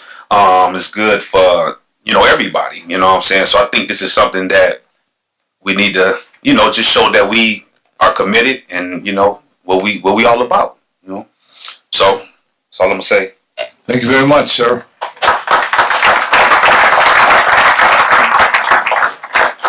Mr. Council, President, members of the council, my name is Dewey Pearman, 6050 Southport Road, Portage, Indiana. I'm Executive Director of the Construction Advancement Foundation of Northwest Indiana. We are a regional contractor trade association that represents approximately 600 contractors that work in the commercial, industrial, public works sectors of the local construction market. I'm proud to say that we are all 100% union contractors, union employers. It is my contractors that employ the many building trades craftsmen that are here tonight, and we are very pleased to add our voice to theirs in support of the resolution. We think this is a unique opportunity for Michigan City and LaPorte County, and one we hope the council will support. Be happy to answer your questions. Any questions? Thank you, sir. Thank you. Yep. Kevin Brown, 1009 and a half Franklin Street. A few years ago, they said the train is coming. And 2 doors down from my residence was Reprographic Arts. We've been around since 49 years. And I heard the word eminent domain, and it kind of got my attention. So what did I do? I didn't bitch and complain. I called Mike Nolan at NICTY and said, hey, what's going on here? What can I do? I don't want to get caught in all this construction. We got a lot of equipment, and what can you do? So I was at a crossroads. Wait a couple more years, sell that place and call it a day, or go forward. And you know what? We sold our building to NICTY. They helped move us to our current location. We doubled our square footage. People would say, hey, did you get rich? No. Hey, did they screw you? No. I'm here. I'm the real McCoy. I don't have any agenda. I'm just telling you what happened. They moved us. They put us back in place. No one was standing in line to buy a building on 11th and Franklin. You know what I'm saying? So I'm really glad that this is going through. That train station when I was a kid was nice. It was a bustling corner, 11th and Franklin. Well, the last 10, 15, 20 years it just went down. But you know what? There ain't no stopping us now. We're on the move. And I'm behind it. And I put my own money into moving also because I believe in Michigan City now. So that's all I got. Thank you.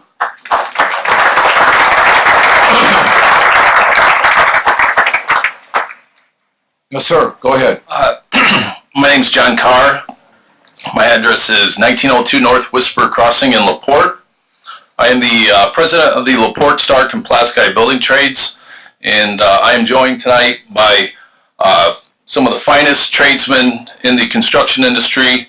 And this project is something that would benefit our communities and the economic development aspects and put our members to work, which, whether we're building Blue Chip Casino, the new hospital, or bridges, we always need to find that next job to go to. And this project right here is definitely a project that the building trades supports, and we urge your guys' support And I thank you for your time.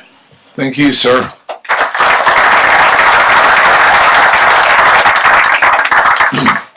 Craig Dwight, Chairman of Horizon Bancorp, 515 Franklin Street. I'm proud to say that our company has been headquartered in Michigan City for 146 years. We're proud to call this our hometown. Our company 20 years ago was about 400 million in total assets. Today we're 5 billion. That doesn't happen unless you have good people working for you. In order for us to continue to grow, we need this track. We believe that reverse commutes are possible to attract IT talent to Michigan City, as well as we have several people living throughout northern Indiana that can take the train coming to Michigan City to work for us. So that is one factor. The second factor is, goodness sakes, a 20-to-1 leverage for your dollar. I heard $200 million investment in Michigan City for your $12 million. So 20-to-1 leverage. You don't get that opportunity so often. I can't think of the last time the governor of Indiana supported a project in Michigan City, Indiana. The third thing is, my mother always told me never turn down an invitation. She's a lifelong resident here, 98 years old, living at Rittenhouse. Here's your invitation. Don't turn it down. Thank you. Thank you, sir.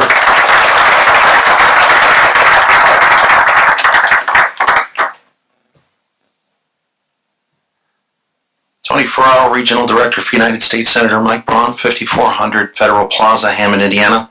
President Council and Karen Eaton from the Michigan City Chamber of Commerce, thank you for the opportunity to speak. We're a little late to the party as we were just elected recently, but I've had an opportunity to educate myself on the project with a lot of the fine folks in the room here, Mike Nolan and Don Babcock, and we would simply from the Senator's office echo most of Mr. Lopez and Congressman Visklowski's certainly hard work with all of those partners and sentiments that anything that can bring economic opportunity to the region and certainly jobs to the fine union members behind us and contribute to economic development is something that the Senator offers would support. Thank you. Thank you, sir.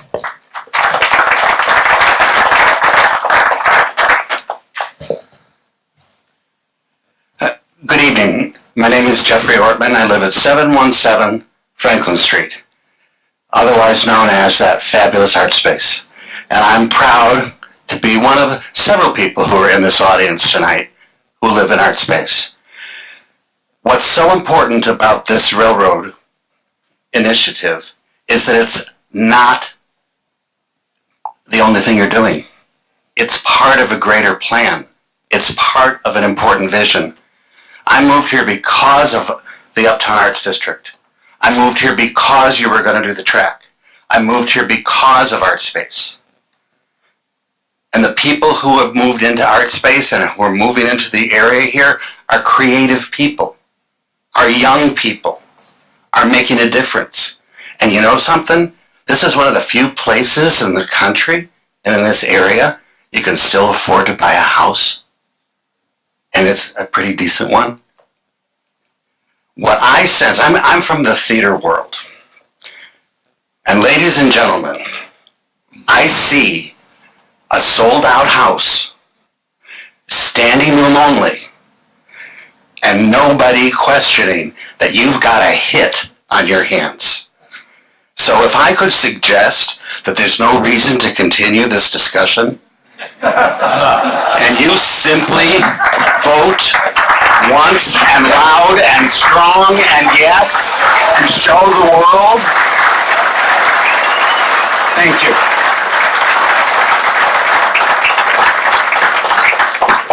Sir, that would be nice, but that's not the way the council rules are. But I appreciate the suggestion. It'd make everything a lot easier. Go ahead. I'm glad you didn't go with the suggestion. My name is Tom Smith. I live at 1710 West 10th Street. Mr. Babcock got up here and called this a technicality. Well, if you aren't mad, you aren't paying attention. Because what happened here was when this thing came up to vote for a bond, I didn't hear anything about this intercept clause. That was not ever mentioned in this. And of course, also what was mentioned was, oh, it's not going to come from the taxpayers in general. It's going to come from the TIF area. And then the mayor did this jostling around because the TIF money came from the south side of town, which originally the TIFs were only supposed to be spent in the area that the TIFs were designed to be in. But then the rules were changed. Okay, well, I don't know. I'm a simple person. I don't understand the high finance world, but I do think I understand when someone's pulling the wool over your eyes. Because this thing about the bonds. Well, the bonds is going to be funded by the TIF. But we need you to go ahead and sign on to this because the Michigan City taxpayers are going to co-sign on this law or on this bond from the TIFs. So if the TIF doesn't pay for it, then it goes back to the general taxpayers of Michigan City. I don't know what you believe, but my father always told me, never co-sign for someone. You don't know what they're going to do. You only know what you can do, so don't co-sign. But I see, this makes a lot of sense. Yeah, it does, until it doesn't happen. I see great things here, 1,000 jobs, I see quite a bit of money coming out here. I also see some things that keep on changing. Originally we were 80%, now we're at 50%. And originally this project came in at $300 million. Now I see it as $456 million. How many times is this thing going to change? We were told that it had to be done in 2015 when this thing first arrived. But here it is. Then the next project was 2019. I remember saying we're going to have the trains running by 2019. Now I'm hearing, 2023. That's a full 10 years. And you say, oh, well, that doesn't matter. Well, I tell you what, it makes a big difference to me because this project is taking my home away from me. It is tearing my life apart like 11th Street is going to be tore apart. And you say, oh, well, how is that affecting? They're going to be fair. I'm glad that they dealt with that gentleman back there and bought his house. They didn't buy it out of eminent domain. He actually got to negotiate for the price. With me, I get no negotiation. I am told what that I'm going to get for my house. And I said, well, you can get an equal house. But no, it won't come out as an equal house because they will say, well, you live in a bad district. So if you want the same square footage, you'll have to pay more money because we won't have exactly what you have in another area. I hear a lot of people out here talking, a lot of support here, but most of the support are not coming from the members of Michigan City, the taxpayers of Michigan City. Most of the people who've talked here don't live in Michigan City. So they're negotiating for the things that Michigan City residents are paying for, the ones that you're actually representing. So this is real money. This is real stuff that's going on. And the concept of, the changing facts here, I just can't believe. And every time they come for you for money, it's a rush. When it came here the last time, oh, we had to have it right away. We had to get our backing for this right away because, we need this support. And someone said, can we table it to next meeting? Oh, no, we can't table it. We have to have this commitment. When was that, 2017? Do you think it really would have mattered if it was tabled for even 3 readings? And that's what I say about this. Do you really think it's going to matter? And I just can't believe that you guys are, not upset about this intercept thing that no one talked about. So, if you're fine with co-signing, if you're fine for, being put on the tab and you think you have to do it, well, fine, but I don't think you're doing the best for Michigan City, and I know you're not doing the best for me. Thank you, sir. Yes, sir. Tommy Klavick, 1316 Ohio Street. First, I'd like to echo Ron Miller and Joe Cora and Don Babcott's sentiments concerning Councilman Beatrice and getting the Warren building fixed up and back put to use. And as far as I'm concerned, they should name that place the Tim Beatrice Art Space Building. I'd like to talk about 5 years ago or so, CTA, Metro and Pace, they implemented the Ventra system for their passenger ticketing system. This day, the South Shore, it doesn't accept your Ventra card to ride the South Shore to Chicago. you have to, you take a credit card to buy your South Shore tickets or use their app to get your South Shore tickets, but be a lot more convenient if they would implement the venture system into the South Shore so we can buy our tickets. Thank you. You're welcome, sir. Yes, sir. You want to speak, sir? Okay. Anyone else from the public wish to speak on this subject?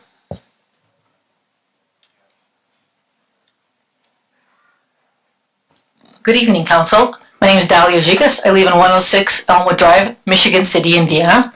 I'm also a small business owner, and I'm a rider of the South Shore, so I cannot wait to have more trains and quicker ride to Chicago. But besides that, I want you to think about this. Would any other city in the United States turn down this deal? We're going to get so much investment and so many positive things from this project. Who could turn this down? It's a no-brainer. Thank you. Thank you, ma'am. Good afternoon.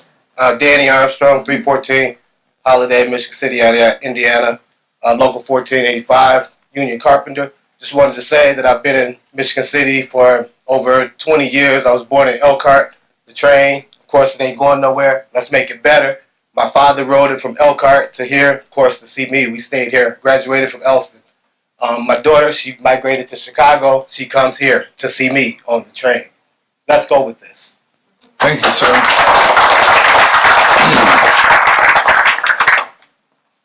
Anyone else from the public wish to speak on this subject?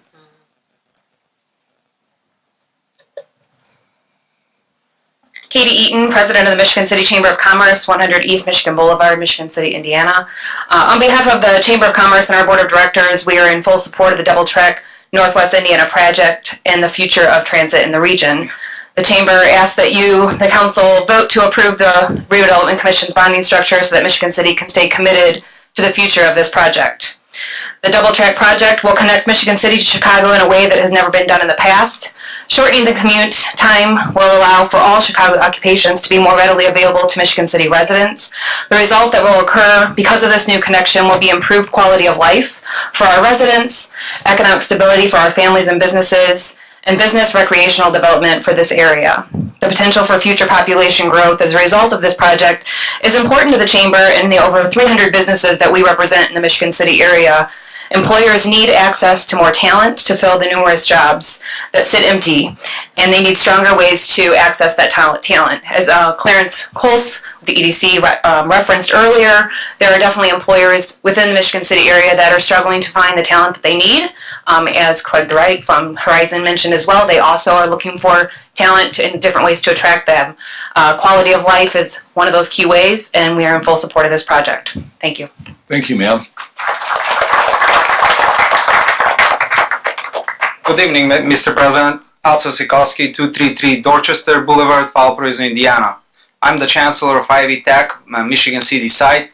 And on the behalf of Ivy Tech, I really wanted to say that we are in full support of this because we believe that this is going to bring to more jobs and economic development in Michigan City. Ivy Tech is committed in LaPorte County, and we believe that this is going to be the right thing to do. So we are in full support. Thank you so much. Thank you, sir. Yes, ma'am.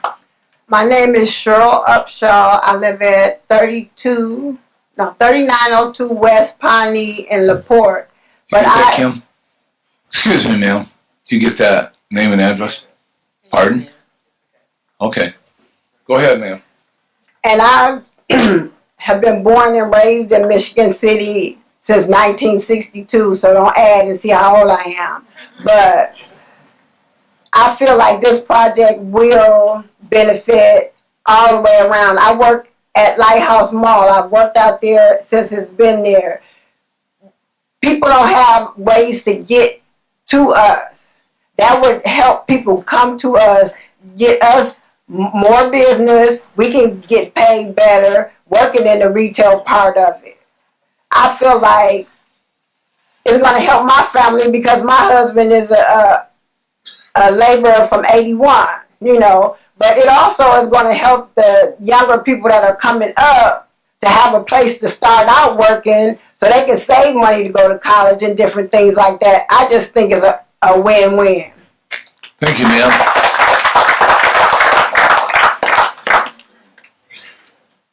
Josh Wozniak, 3587 South, 550 East, LaPorte. I don't really want to say, a lot of things I wanted to say have already been said, so I don't want to re-say them. But I just want to come up here. The one thing I didn't hear until just now was about the younger people. I think something like this, at least for me in my position, I'm a younger guy and I aspire to have a family someday. So these jobs afford younger people opportunities to unleash their potential and afford a family, which is very important if you want to have a community. And I think it's just good for quality of life for people. Thank you, sir.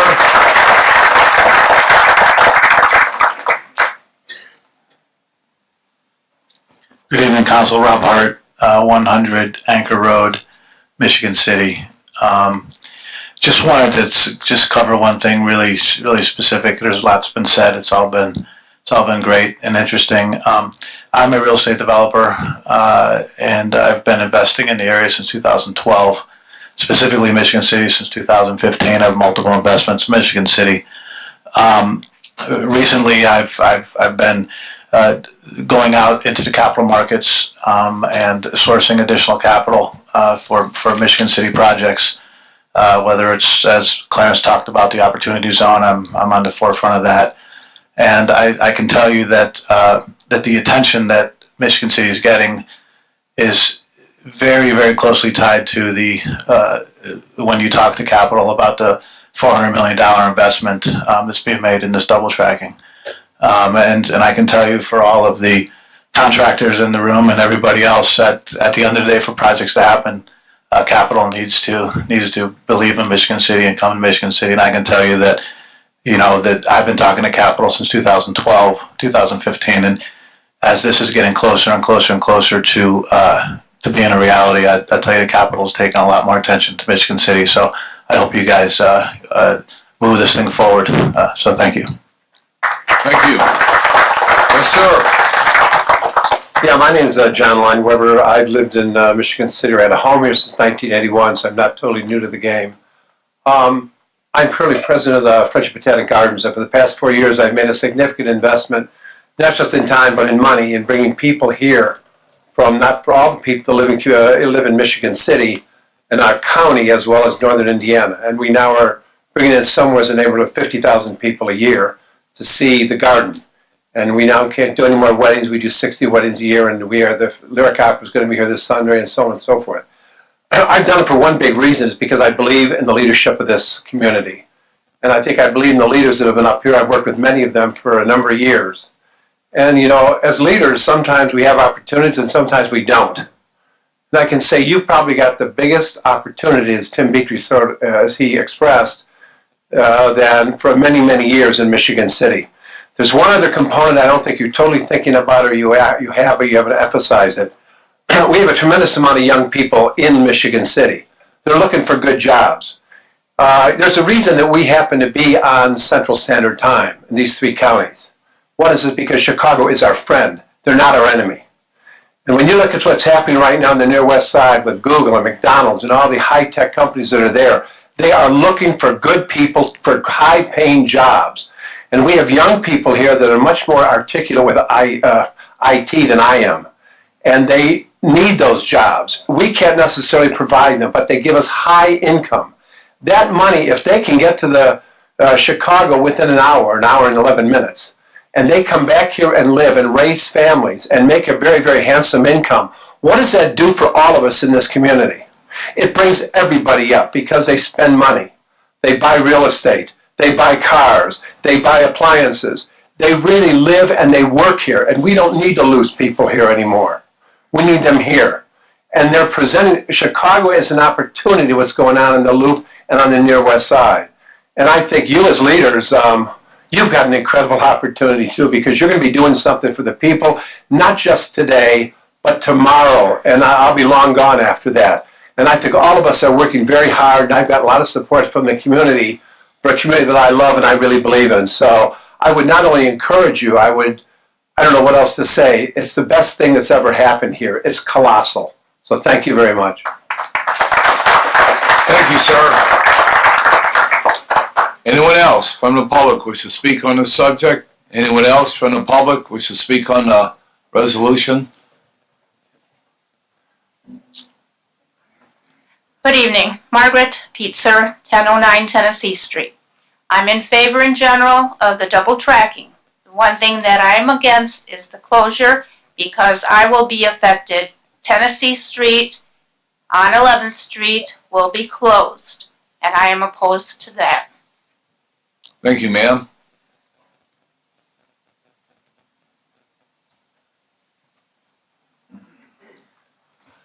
Good evening, Mr. Przbalinski and other council members. Paul Przbalinski, 1716 Washington Street. Fellow union brothers, I appreciate your comments. I've been a union member for 48 years and executive board member, so on and so forth. I would like to ask Mr. Nolan if the meetings that I've attended on this particular project are still going to be enacted.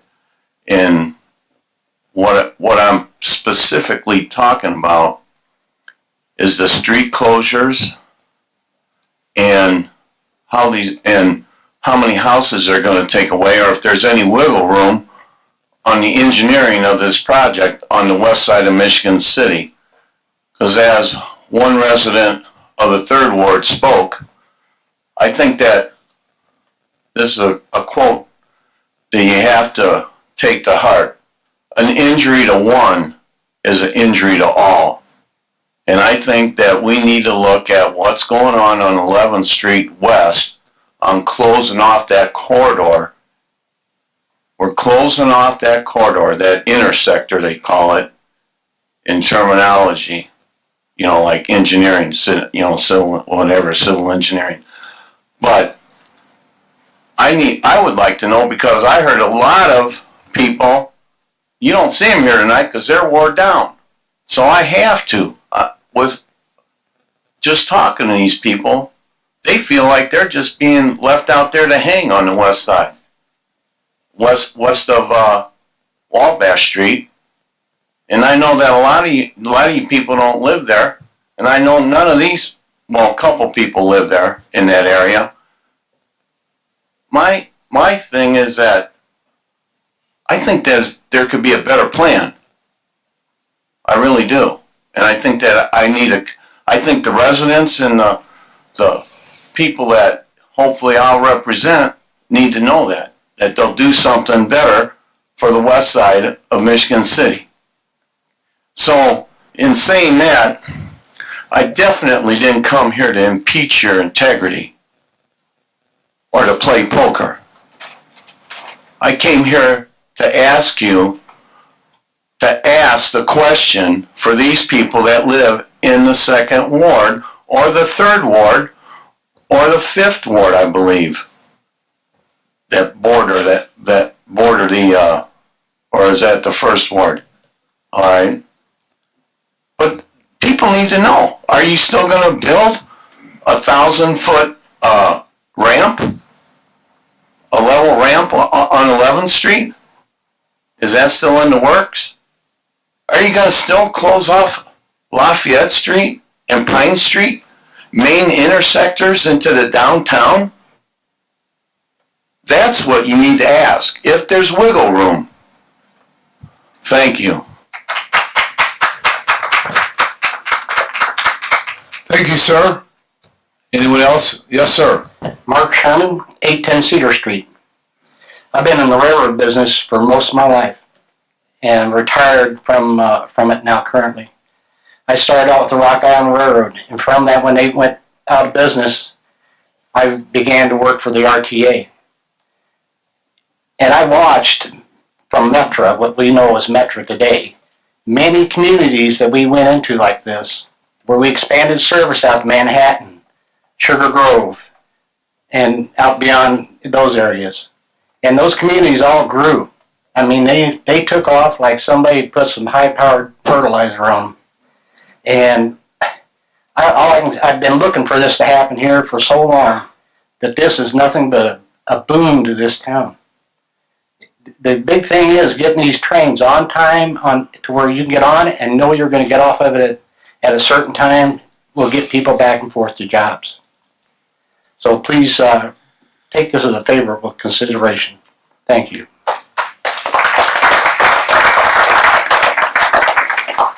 Thank you, sir. Anyone else from the public wish to speak on this subject? Anyone else from the public wish to speak on the subject? Anyone else from the public wish to speak on the subject? Public comment is now closed. Comments from the council members on this resolution?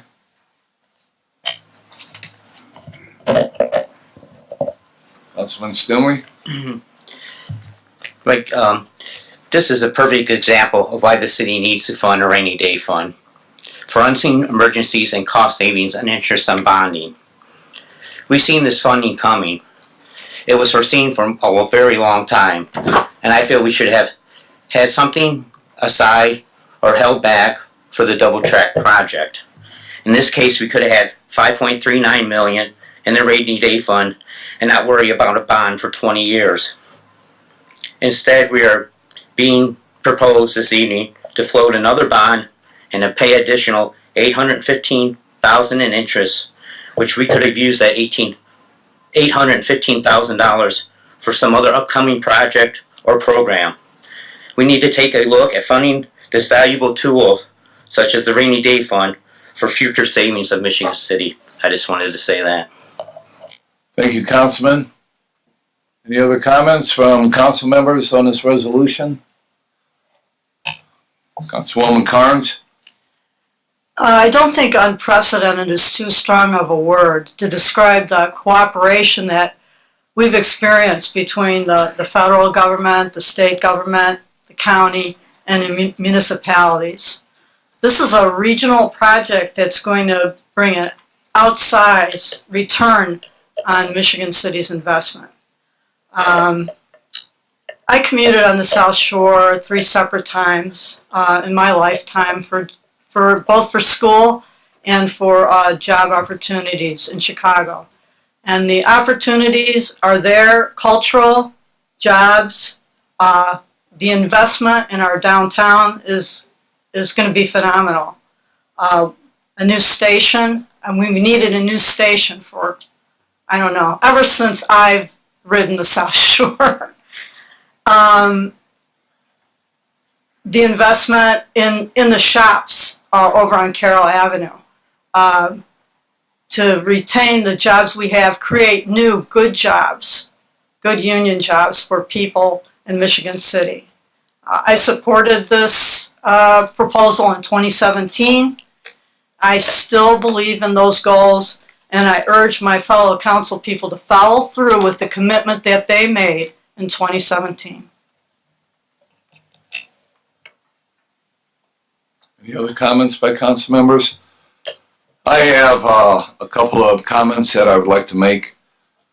Back in 2017, I was one of 3 council members that did not support the funding of it with the TIF district on the south end, taking the money from there to use towards the South Shore. But that's not to say that I did not support the double track proposal. I just thought the funding was improper. And then the other question that I raised this evening, and I thought we all learned a little bit about this interceptor law, and I hope that folks remember that what that means is if this was voted down, the state is still going to take their funding from, I believe it was the local income tax that the city would be receiving from the state. So what that means is that Michigan City would be shorted approximately $6 million to cover this bond over the time period that it would take to pay this off. That's what that means. So if we are to vote this down, then the state is going to take their funding from the property, from the income tax that the city would get, and that's going to hurt everyone in the city. If we vote for it, then the state won't do that, and we can do this through bonding purposes. I don't necessarily agree with that I understand the philosophy behind that law. I don't necessarily agree with it, because to me that's kind of just holding the council's hands and doing what the state wants them to do in order for them to get their money. And I don't think that that's proper. Now, moving on to the other things that I will say to support this project. It's for the future of Michigan City, and it's for generations to come. This is probably one of the biggest projects in my lifetime that'll ever take place in Michigan City, just to put it blunt. I can see the growth for Michigan City, and as Mr. Wojciak spoke about the younger generations in Michigan City, it's about all of us, but it's about the future. And it's about the younger generations coming to Michigan City to have transportation in Chicago. It's a regional plan. It's going to help, I believe, all Northwest Indiana. And hopefully it'll be the biggest. Michigan City will be the biggest winner out of this. And the other thing is that Michigan City is going to pick up a lot of jobs through the construction for the union trades, which is very important. You folks live in Michigan City, you live in LaPorte County, and that money is going to be spent in Michigan City, and it's going to be spent in LaPorte County. So I think that that's very important. And I am in total support of the project, not necessarily on some of the little intricacy points, but the overall concept of it, I am in total support of this resolution. With that being said, Motion to approve. motion to approve by Support. Councilman Beatry and support by Councilwoman Carnes. Ms. Nyla, on the vote? Mr. Przebalinski, Yes. Mr. Simmons, Aye. Mr. Stemley, Aye. Mr. Beatry, Aye. Mr. Dabney, Aye. Ms. Carnes, Aye. Mr. Fitzpatrick, Aye. and Mr. Hamilton. Nay. We have 7 in favor and 1 opposed.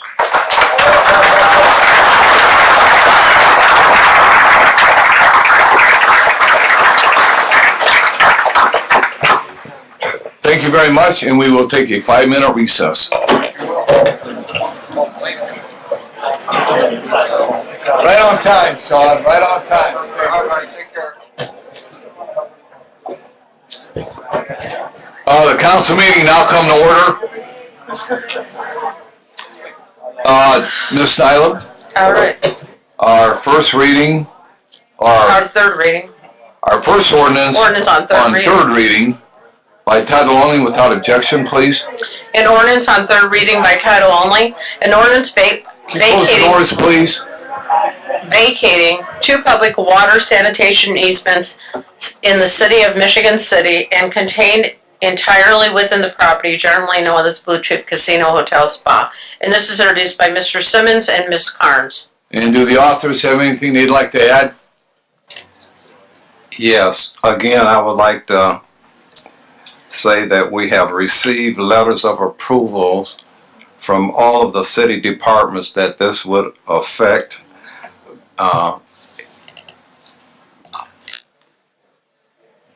Okay. Thank you, Councilman. Is there anyone from the public that wishes to speak on this ordinance? Anyone from the public wishes to speak on this ordinance? Anyone from the public wishes to speak on this ordinance?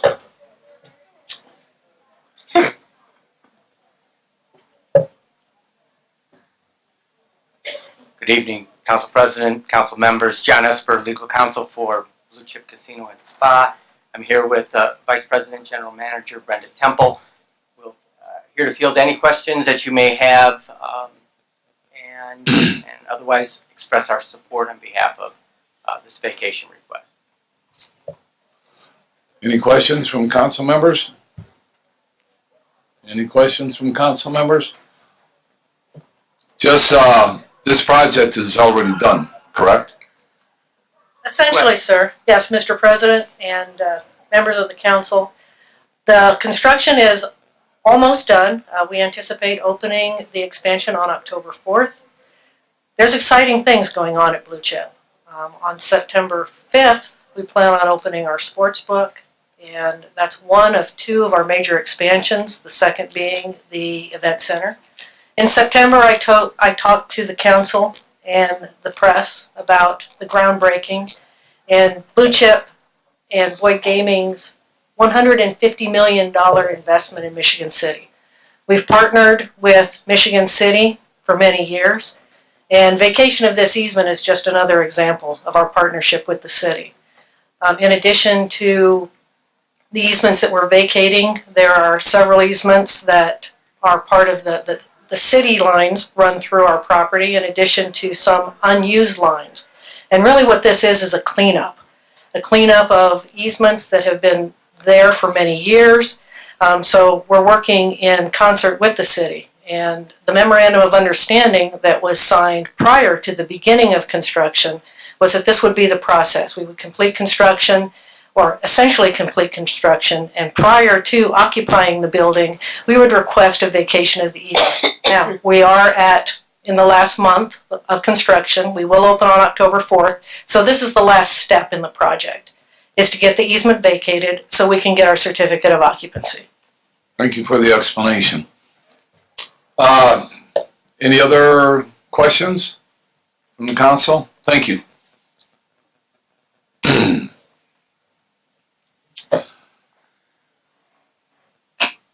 Anyone else from the public who wishes to speak on this ordinance? Having none, any council comments? Motion to approve. Support. Motion to approve by Councilman Hamilton and seconded by Councilman Fitzpatrick. Any other council comments? That was Councilman Simmons. Oh, I'm sorry. Councilman Simmons, seconded by Councilman Simmons. Ms. Nylam on the vote? Who was the second by? Gene. John? Oh, Gene. All right. Mr. Simmons? Aye.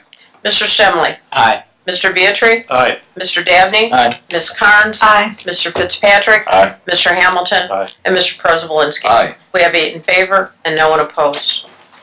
Thank you, Ms. Nylam. Our second ordinance on third reading by title only without objection, please.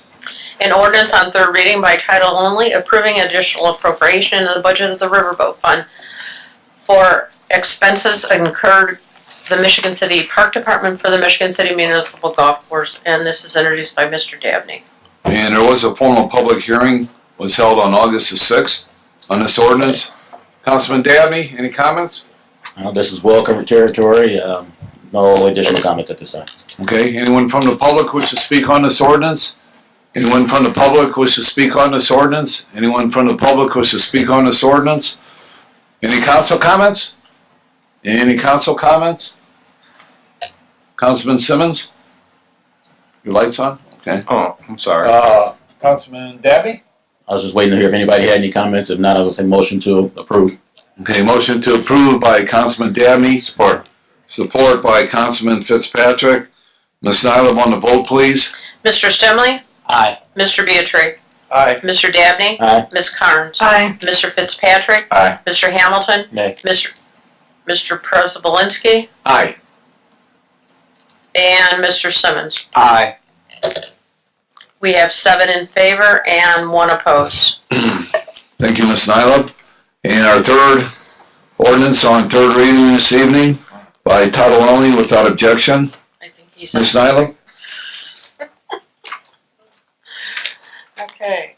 An ordinance on third reading by title only, approving additional appropriation in the budget of the Boyd Development Fund to provide funding for the purchase of decorative trash receptacles for the City of Michigan City, and this is introduced by Mr. Beatry. And does the author have anything he'd like to add? I said it at our last meeting, but I think it bears repeating because we've had additional correspondence over the last 2 weeks concerning this topic. And thanks again to Mike Cuss for the work that he did, and thanks to Mr. Sita as well. She gave us an option. It was researched by Mr. Cuss and his people. And although the price looks less expensive, the quality of the equipment, the merchandise isn't as high in quality as what we need in Michigan City. So I think we should go with the original recommendation. Okay, thank you, Councilman. Anyone from the public wish to speak on this ordinance?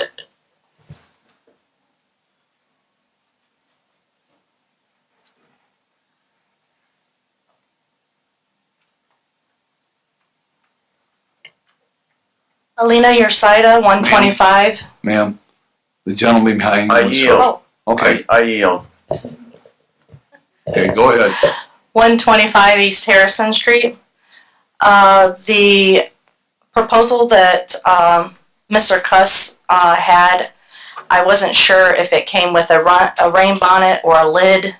I included that in my proposals. I also reached out to a friend of mine who does this for a living to see if I could even get the quote lower with the same thickness that the city is requiring with the powder coating. I've not heard back from him yet, but I would like to get a quote from him as well to compare. I wasn't aware until tonight that it was an issue with quality, which I've looked up their guidelines, the global industry, and she's offered a couple of things. One, she's offered to send out for $16,000 the base that attaches to the concrete, which I have those. I wasn't able to, there's so many people here, I wasn't able to give those out to you, but I have those. She's also willing to give the 20, it's another type of base that goes into, one is concrete and one is for like the grass and that. And she also is providing trash bags free of cost, which are American made.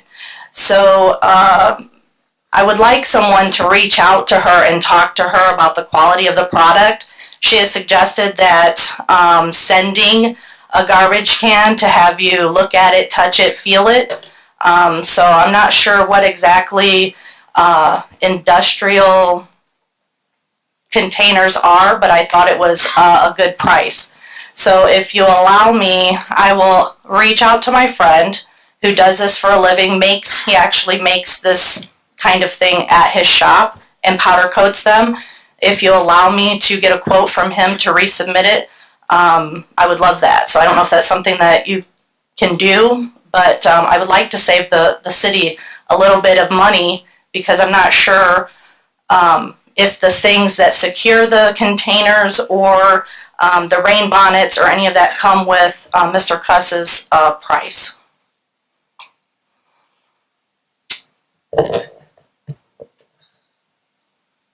Okay, thank you. Mr. Prespolinski. Good evening, Paul Prespolinski, 1716 Washington Street. I would like to know, are these containers going down in a downtown district, everything north of 11th Street? Well, if they are, I'll make a suggestion that I think maybe this should be bought. If they're going, anything north of 11th Street should be bought by the Redevelopment Commission, in that using a portion of the money out of the Boyd Development Fund, which should be spent in the city, take that south down to Barker Ave or somewhere in that area where there's a lot of foot traffic. That's a suggestion to you, so you got to make a determination tonight. And I think that that's properly spending the money where these things are going to go. Thank you. Thank you, sir. Anyone else from the public wish to speak on this ordinance? Anyone else from the public wish to speak on this ordinance?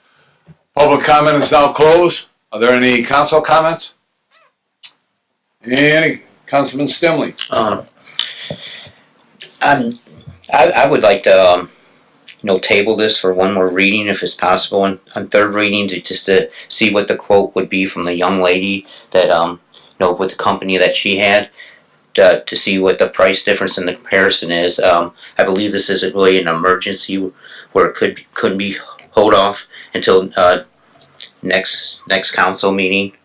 So No, I'd make the motion if I could to table it till the next council meeting. So we get prices back. I will second that. There's been a motion and a second to table this ordinance until our next meeting. Okay. Ms. Nyla, on the vote? Mr. Beatry? Nay. Mr. Dabney? Nay. Ms. Carnes? Nay. Mr. Fitzpatrick? Aye. Mr. Hamilton? Aye. Mr. Prespolinski? Aye. Mr. Simmons? Aye. And Mr. Stemley? Aye. We have 3 opposed and 4 in favor, 5 in favor. I was close. Pardon? Okay. It's tabled.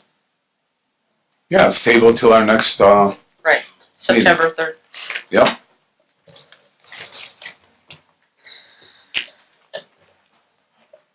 Okay, our fourth ordinance on third reading this evening. Ms. Nyla, by title only, without objection. An ordinance on third reading by title only, amending section 2-457 B2B2 and section 2-459 B1D in the Michigan City Municipal Code to recognize that the Community Advocate of Northern Indiana is known as a Minority Health Partners of LaPorte County, Indiana.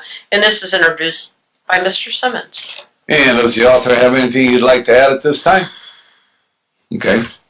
Anyone from the public wish to speak on this ordinance? Anyone from the public wish to speak on this ordinance? Anyone from the public wish to speak on this ordinance? Public comment is closed. Any council comment? Motion to approve. Support. There was a motion to approve by Councilman Fitzpatrick and seconded by Councilman Dabney. Are there any other council comments? Any other council comments? Ms. Nyla, on the vote, please. Mr. Dabney? Aye. Ms. Carnes? Aye. Mr. Fitzpatrick? Aye. Mr. Hamilton? Aye. Mr. Prespolinski? Aye. Mr. Simmons? Aye. Mr. Stemley? Aye. And Mr. Beatry? Aye. We have 8 in favor and no one opposed. And Ms. Nyla, our fifth ordinance on third reading this evening, by title only, without objection. An ordinance on third reading by title only, approving additional appropriation in the budget of the Riverboat Fund for overtime costs incurred by the Michigan City Police Department. And this is introduced by Mr. Hamilton and co-sponsored by Mr. Prespolinski. And there was a formal public hearing on August the 6th on this ordinance. And does Mr. Hamilton have anything that he'd like to add at this time? Just the assistant chiefs here if anybody's got any questions. Oh.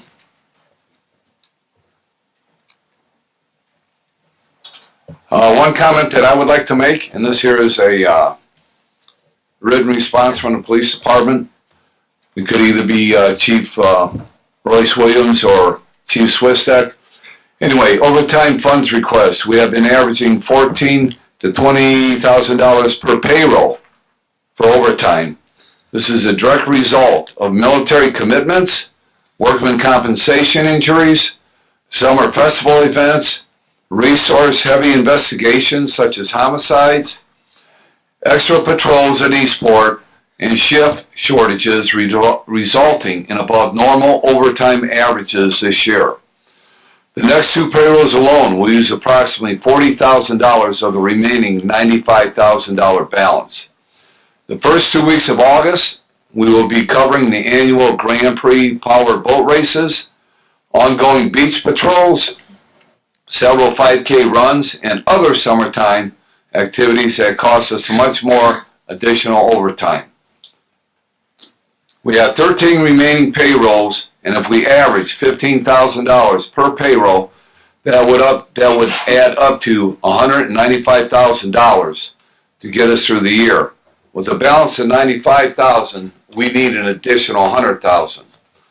Also bear in mind that the Michigan City Police Department has never gone for an appropriation to the City Council to recoup the overtime we spend for the 4 personnel in the LaPorte County Drug Task Force and 2 personnel we have in the FAST unit, the 2 personnel we have in the HIDTA, Domestic Highway Enforcement or Highway Interdiction, and the pullover details, which in 2018 was over $20,000. In 2019, we are forecasting that amount to be approximately $25,000 or more. So those are some of the facts and figures that are pushing this ordinance for the additional $100,000. And with that being said, is there anyone here from the public that wishes to speak on this ordinance? Rodney McCormick, 617 Union Street, Michigan City. What are you guys doing to check and see what they're saying to you is true? You can fix your mouth to say anything. They have a budget. I'm pretty sure the police department has a budget. Seems like they always go over their budget, and they always come here begging for money.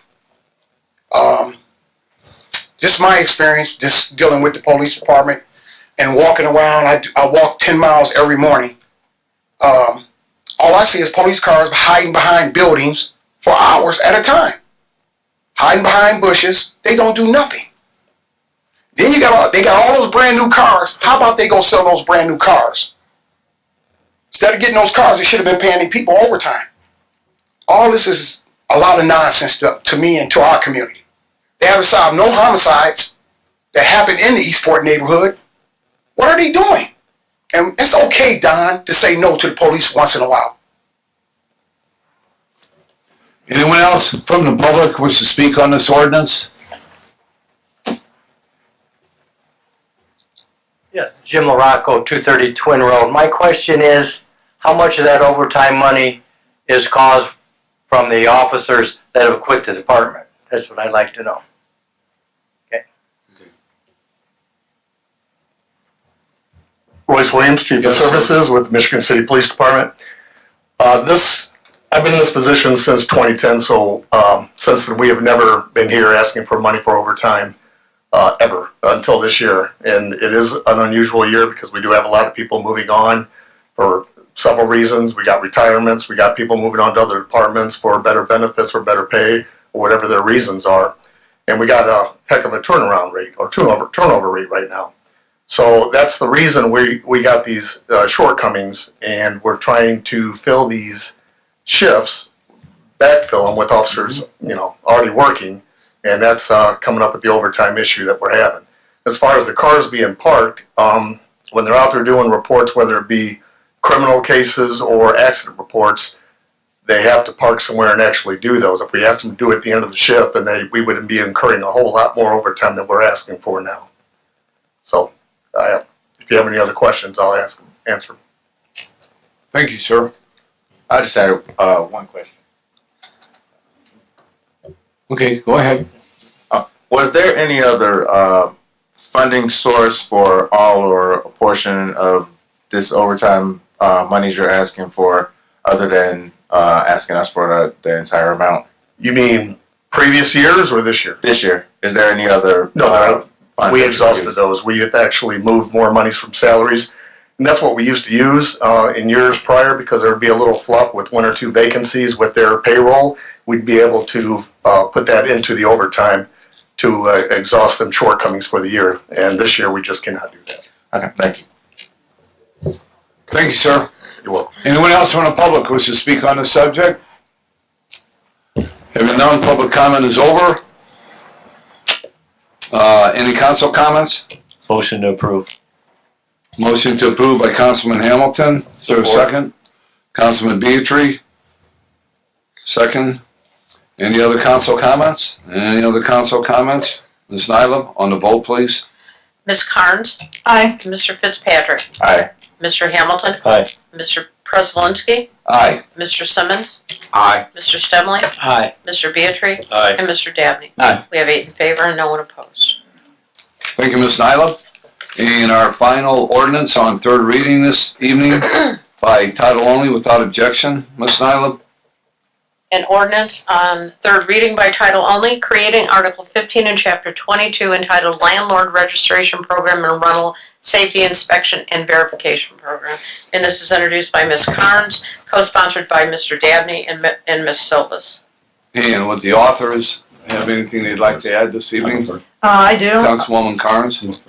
The city still does not have the certified assessed valuation information from the county yet. So the funding for the additional inspectors needed to enforce this ordinance is still not in place. So at this time, I'm going to move that we table this ordinance until September 17th. Support. Okay, there's been a motion to table this ordinance and second by Councilman Beatry. Ms. Nyla, on the vote. Mr. Fitzpatrick? Nay. Mr. Hamilton? Nay. Mr. Prespolinski? Nay. Mr. Simmons? Nay. Mr. Stemley? Nay. Mr. Beatry? Aye. Mr. Dabney? Nay. And Ms. Carnes? Aye. We have 2 in favor and 6 opposed. Thank you, Ms. Nyla. So the ordinance is not tabled. With that being said, do the sponsors have anything else they'd like to say? Councilman Dabney? Yes. Sorry. All right, I wanted to speak before we got the table vote out there. I was trying to point down at the light. You should have hit me. I should have hit you. All right. As I've stressed over the time frame of doing this ordinance, I think I've made myself very clear that I want to do something that would protect our renters. But throughout this process, I've met with some landlords. You put the hands up back there. Yeah. And I've done further research and talked to some other people that have given me and read this ordinance over with me. We've gone over it line by line. And if we were to table this ordinance, I was told right before the meeting I wouldn't be able to get these changes that I would like to see into this unless it was unanimous by the council in order to allow me to do that.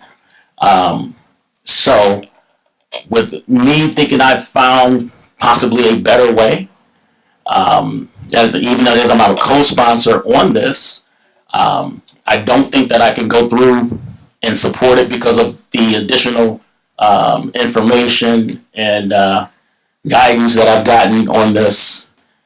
So that is the reason I voted against the table, is because new information has come where I think there is an actual better way for this ordinance to go. So I just wanted to explain that. Like I said, I wanted to explain before we got to the actual vote, but that's where I stand at this point.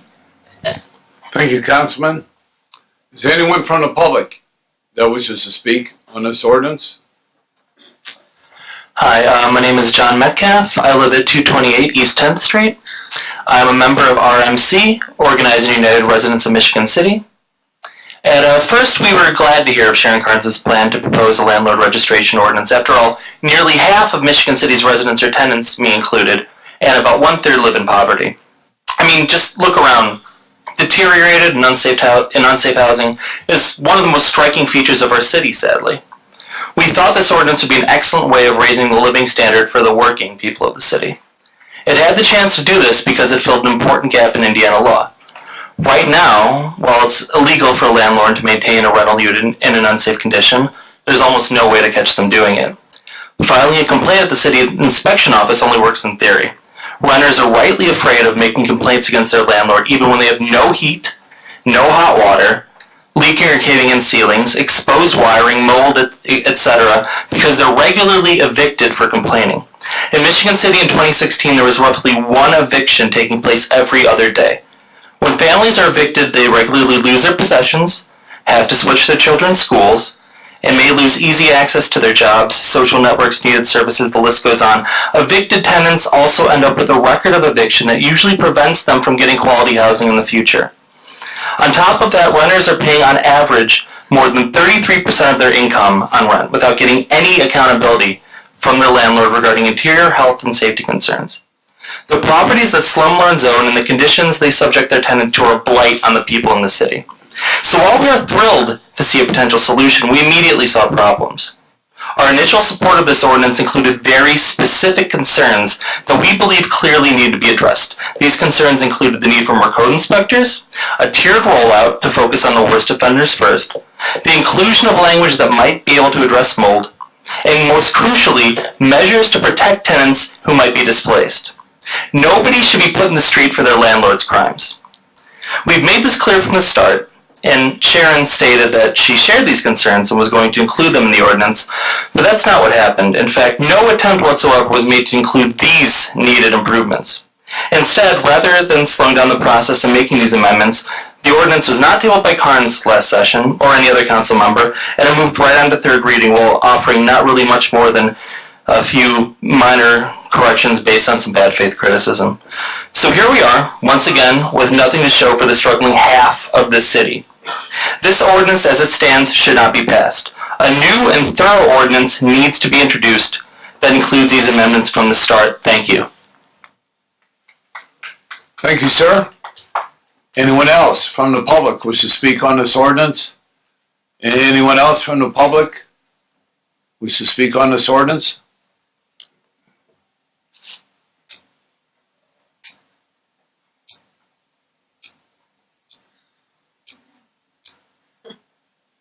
Hi, my name's Ernie Hallahan, Michigan City, Indiana, 302 Gladys Street. I don't know what this guy is speaking of as far as tenants living in that kind of poverty. If I was living in a place like that, I sure would get out or have something done.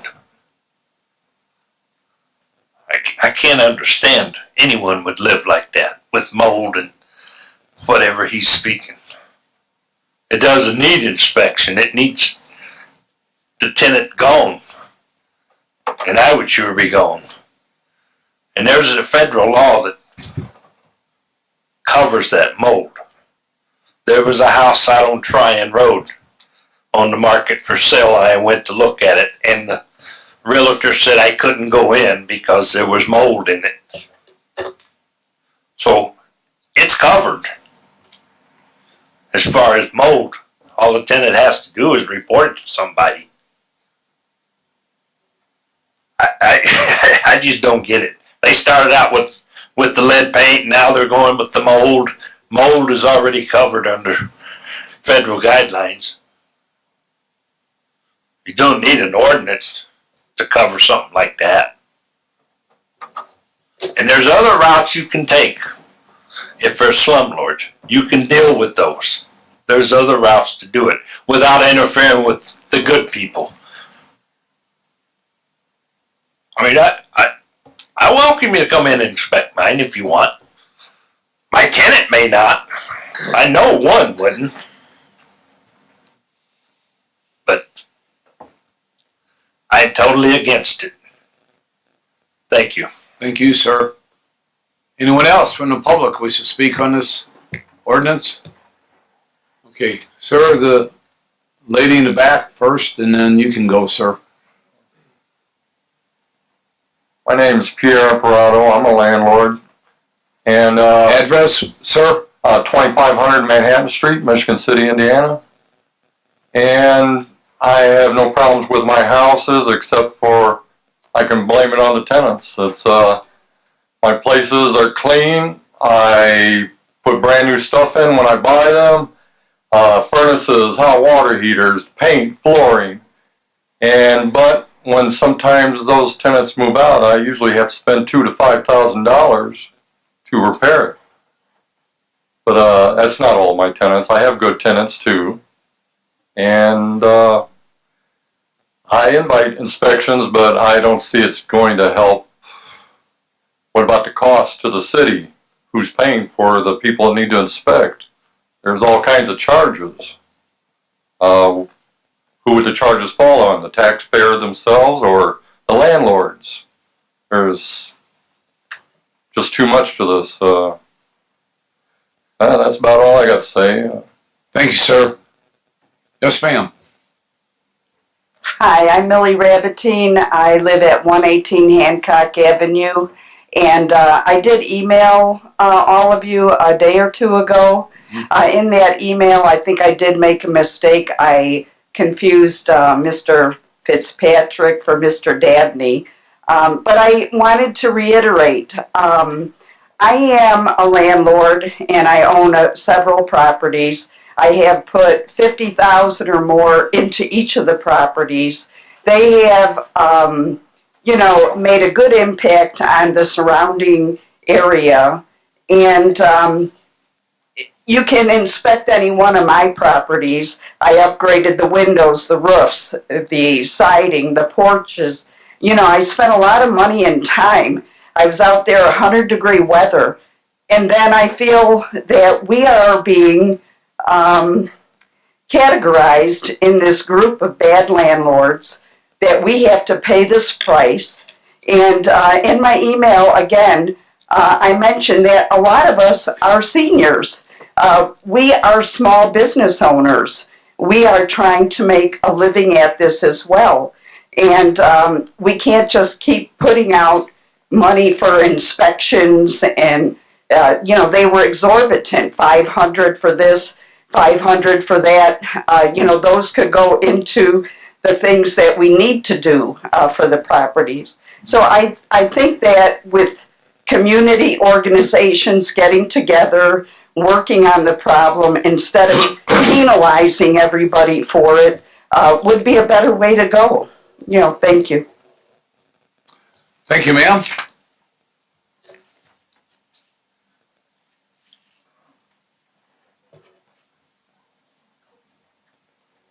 Hi, I'm Bob Bellamy, P.O. Box 1051, Michigan City. I've been a landlord for 35 years here. But before being a landlord, first, I'm an investor. I invest in Michigan City, the same as a lot of these other landlords.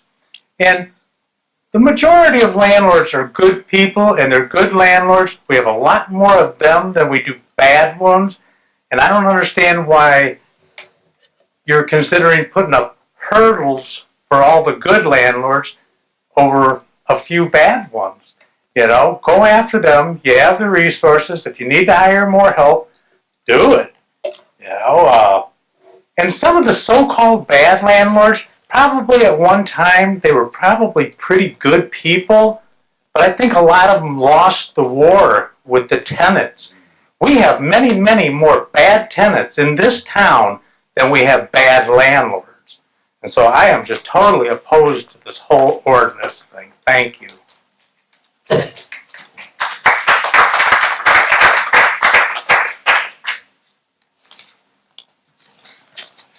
Mark Sherman, 810 Cedar Street. The thing is, you keep hearing evictions, illegal evictions. The only way I know that you can be evicted is to go down here to the courthouse, file for a 10-day notice to quit, and then you go back and you get a court date, and you go in front of a judge, and the judge says yes or no. Now, the people that are throwing people out on the street, that is illegal. But most of us landlords aren't going to get caught in a liability suit like that, because then we can be sued for the furniture, the damages, and everything else. The thing I'm getting at is these tenants that aren't speaking up now aren't going to speak up even with your ordinance. And you're not going to be able to go into that house without what? A judge's order. So we've talked, there are easier ways to do this to accomplish everything that you want to do, and it will take care of these bad landlords that you're calling them. Most of these guys you'll find don't live in this town. All right, they're not even here. They don't go by and check on their properties like we do. My properties are a major investment in my life, and most of mine are very nice properties. So I really think you need to vote this thing down and reconsider what we really need to do. Thank you. Thank you, sir. Anyone else from the public wish to speak on this ordinance?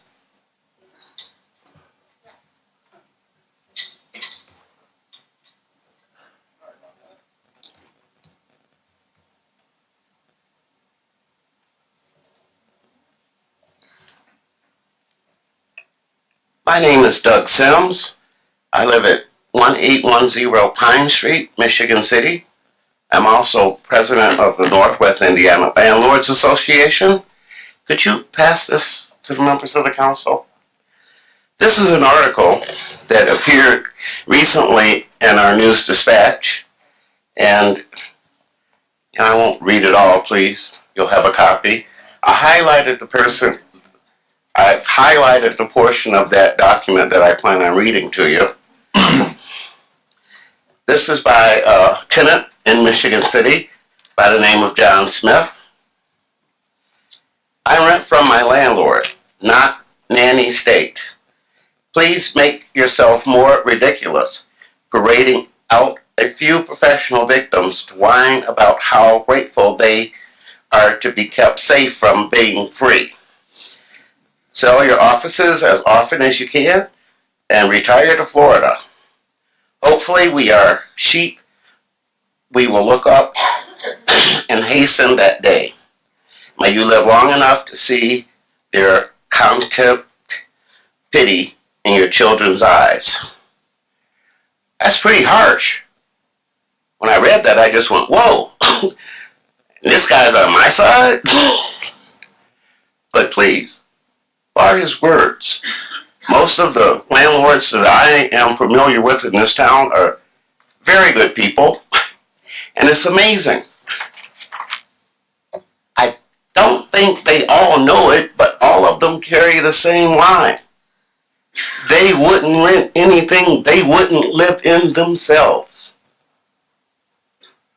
And I carry the same model myself with my properties. I believe that this is just undue bureaucracy that you're establishing. I believe if you look at Chapter 22 in Michigan City's ordinances, that you will find that a slight modification of that ordinance will allow you the freedoms or the liberties that you want. So, if you need to spend money on people to enforce the law, then make that an issue, not a brand new law. Thank you for listening to me. Thank you, Mr. Sims. Anyone else from the public wish to speak on this ordinance? Anyone else from the public wish to speak on this ordinance?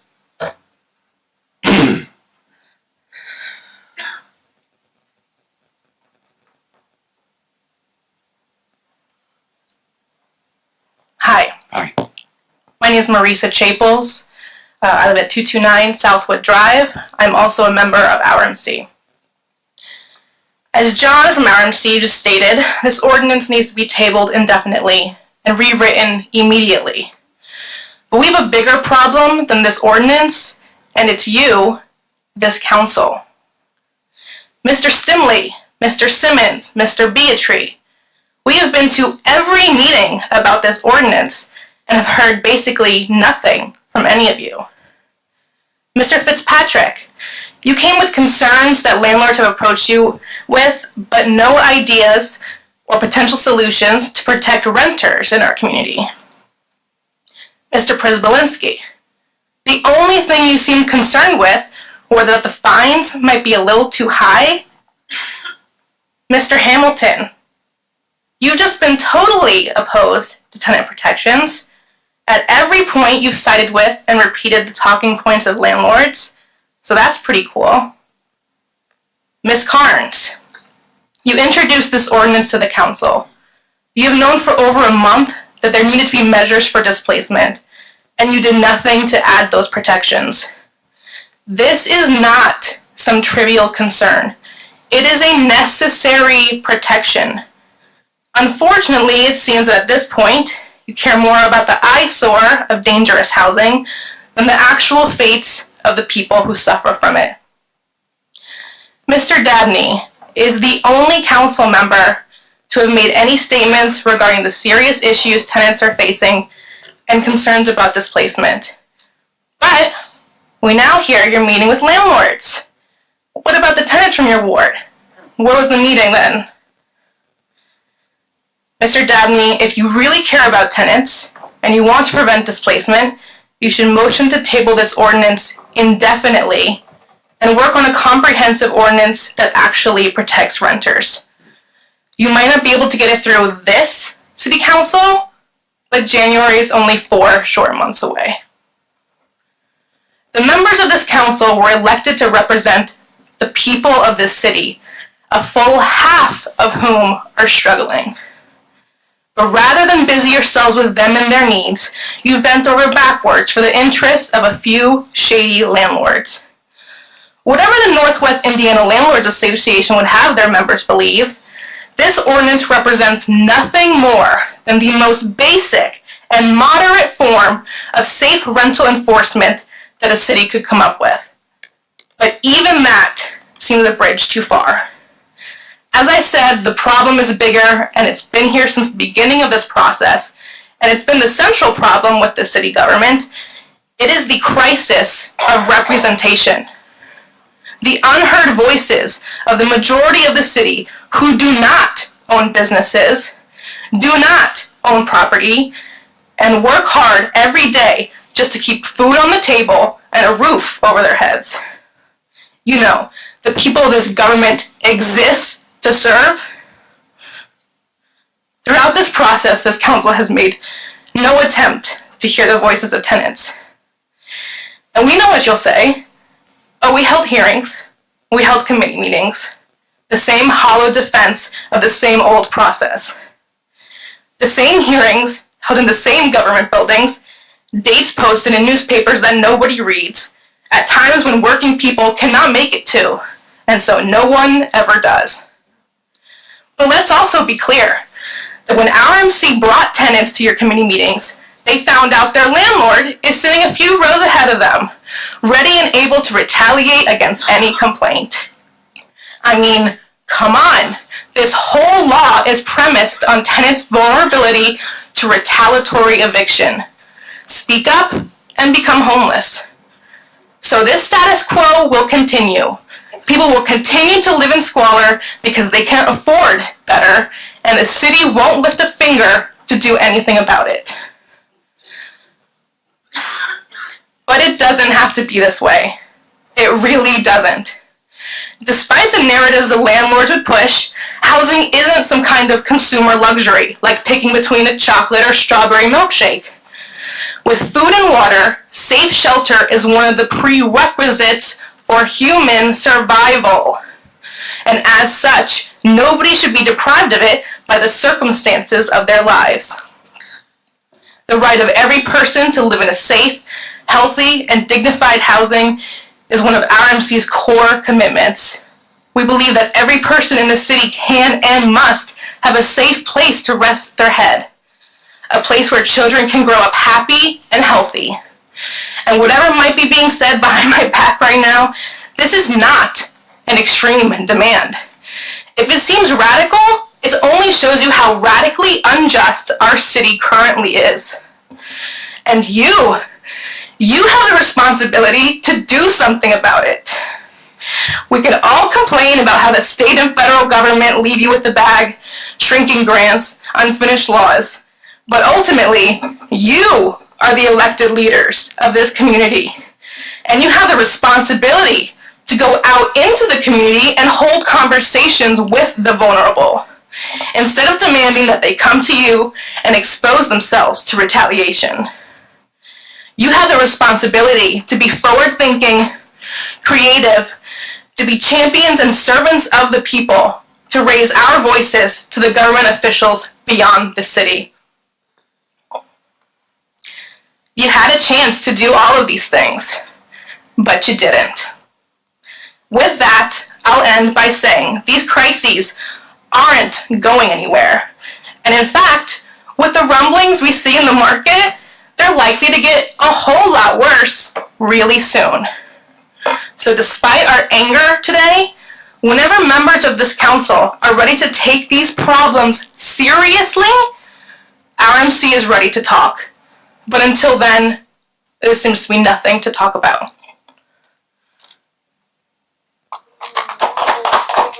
Thank you, ma'am. Anyone else from the public who wishes to speak? Bill Hurley, Yes, 207 sir. East US 212.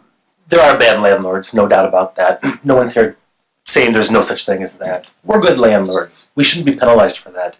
My houses are fine, they're nice. I don't think kids should live in squalor. They shouldn't live in filth and trash. But how do you protect people from themselves? How can you protect kids from their parents? A lot of times that's what it is. That's exactly what it is. The bill, I think it should be tabled. I think there's a lot of things you could do to make it better. There should be protection for landlords too.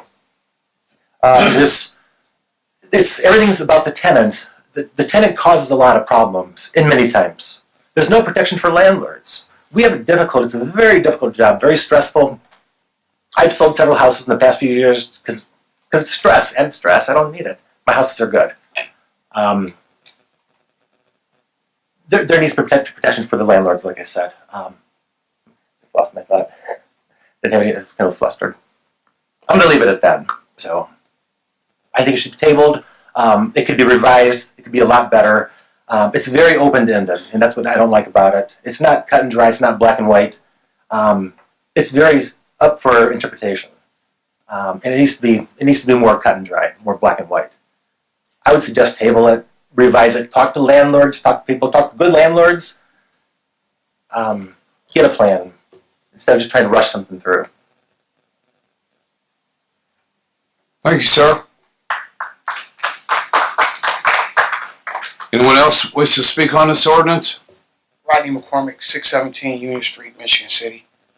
I wasn't going to say anything, but I had the displeasure of seeing a mother of 9 children put out in the streets with no place to go. The house was pretty, I wouldn't live there. But I do understand the situation why she had to stay there. There's no affordable housing. And she was taken advantage of, like so many tenants are.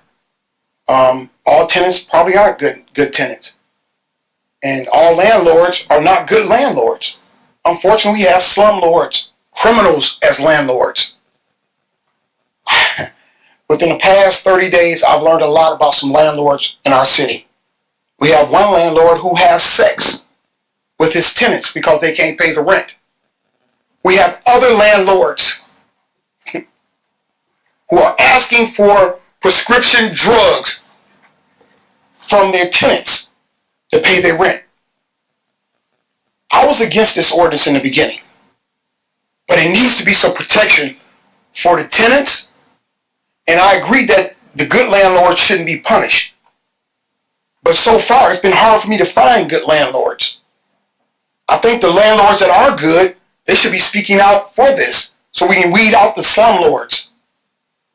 Some people got the luxury to go home tonight. Go home tonight, and you don't have to worry about your kids. You don't have to worry about what's going on at your home. But there are a lot of our brothers and sisters and kids that are suffering. Something has to be done. I don't know what it is, but everybody needs to work together. And all these people keep blaming stuff on tenants. We have a lot of bad slumlords in this city. And we do have good landlords. We have to work together. And we have to have accountability. Anything you do, it's not going to work if we don't enforce it. Reverend Carnes said it best. We have to have enforcement. We don't need to keep making more ordinances or more laws. We have to be able to enforce them. It's sad. It seems like this council don't want to hold nobody accountable. Go out and find out what's going on. I get calls every day about stuff that's going on in the city as if I was the mayor. This doesn't make sense. Just go see what's going on. Take time out. Just go see what's happening. It's obvious our mayor don't give a damn about the landlords or the tenants or the kids that's being put out in the street. Then DCS come and take the kids, and it's more and more and more stuff going on. It ain't just the landlords. We also have a problem with the housing authority. They're not doing their jobs. It left a big gap in our community when they shut the projects down. Not one unit was replaced. I say to you, please take your time, do the right thing, table this, make sure we get everybody together, and make sure things change around here. It is sad to know that there's landlords having sex with tenants because they can't pay their rent. Thank you, sir. Anybody else from the public wish to speak on this ordinance? Public comment is now closed. Any comments from the council? Any comments from the council? Councilman Beatry? The two parties who have the most to win or lose here, the tenants and the landlords, are miles apart. Every meeting I've been to, they're miles apart.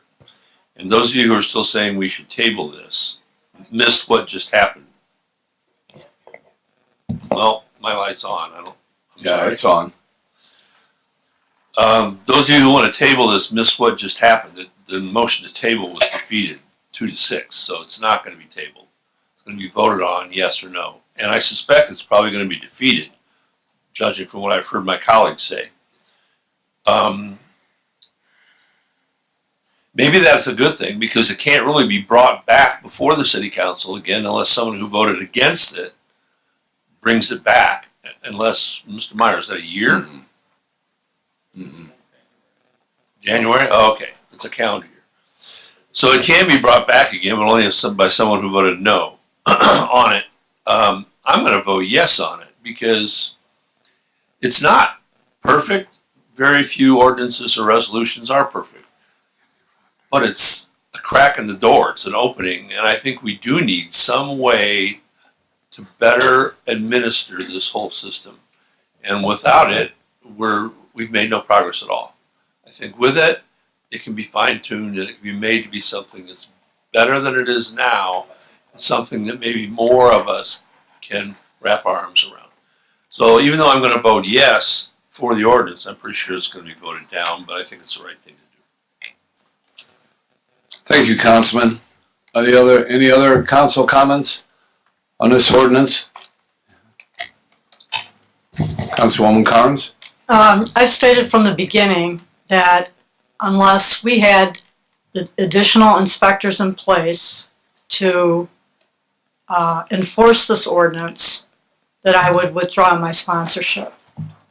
And since people are not willing to wait until we have the certified evaluation and know whether we can get the 2 additional inspectors, I'm going to withdraw my sponsorship for it.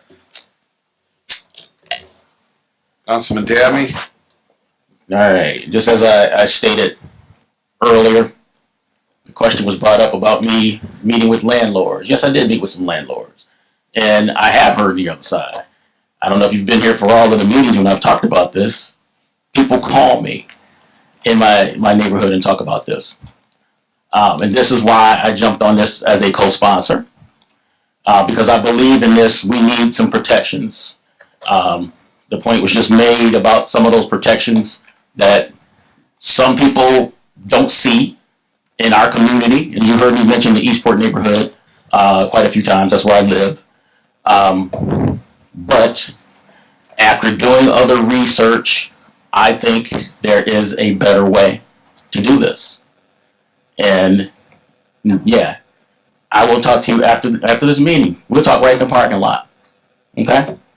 But I just think there's another way to do this. So yes, I've had talks with tenants and I've had talks with landlords. And sometimes as a council member, you try to come to a place where, you can put something that's fair for everybody. I'm just recalling what happened out here with the ordinance that happened out here on Lakeshore Drive.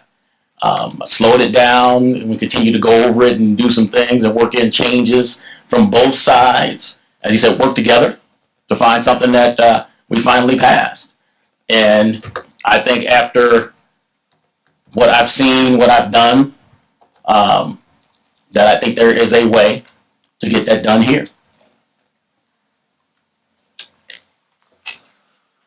Thank you, Councilman. I got one.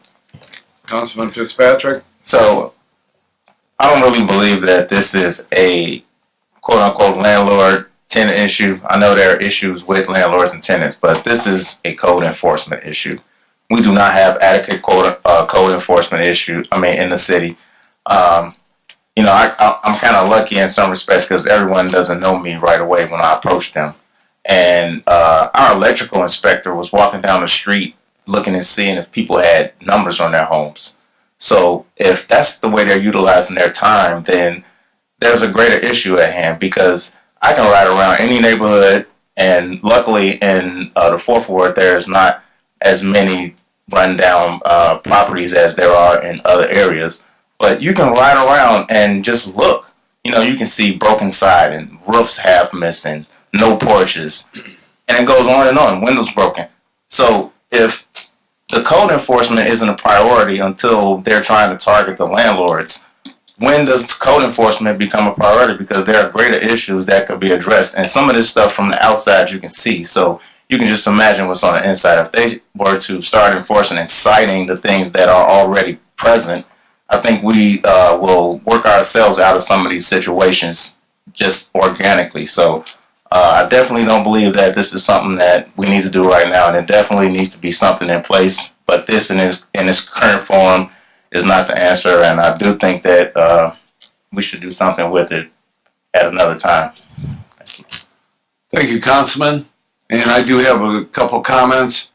And yes, I did have a issue, and I still have an issue with the fines that are attached to this ordinance.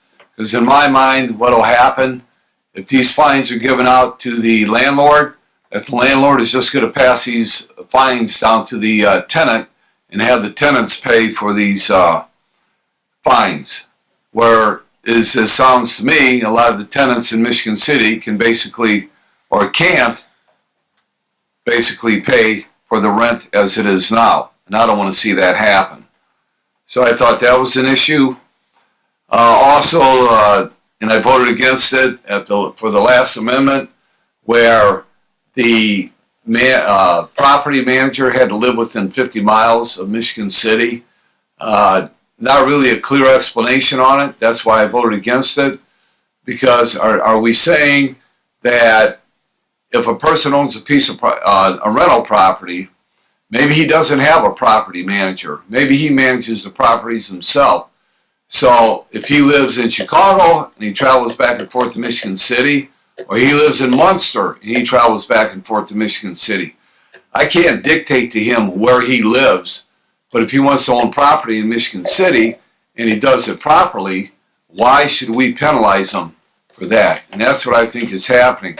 These people are going to be penalized. And right now, if folks own rental property in Michigan City and they are the sole maintenance folks and they do live outside the 50 miles, does that mean you have to sell all their property now and get rid of it because they live outside the 50 miles?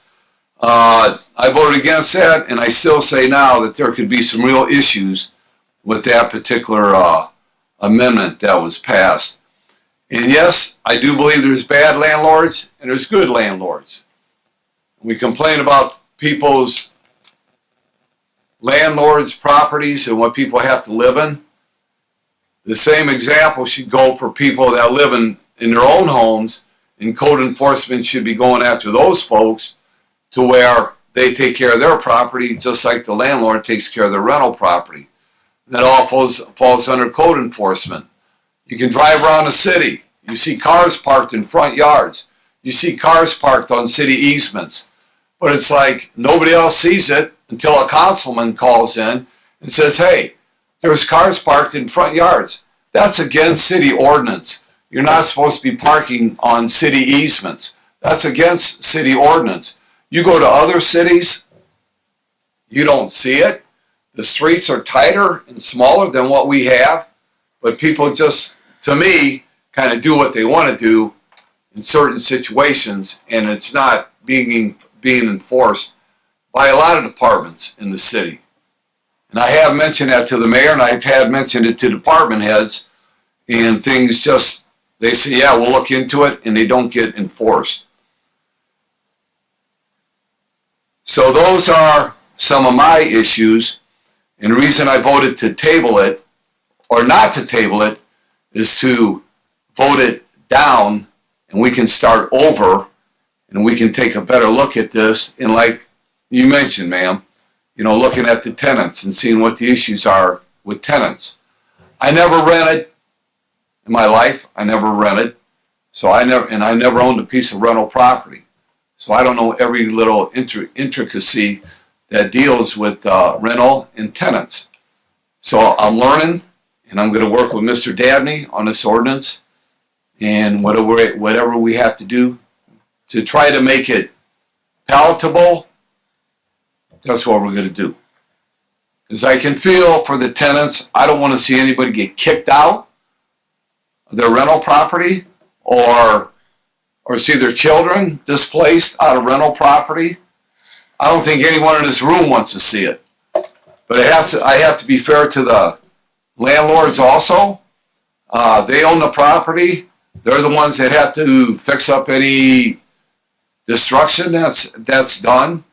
And I've never been a landlord. I've heard stories, so I don't know how that goes. But we have to be fair to both sides of this story.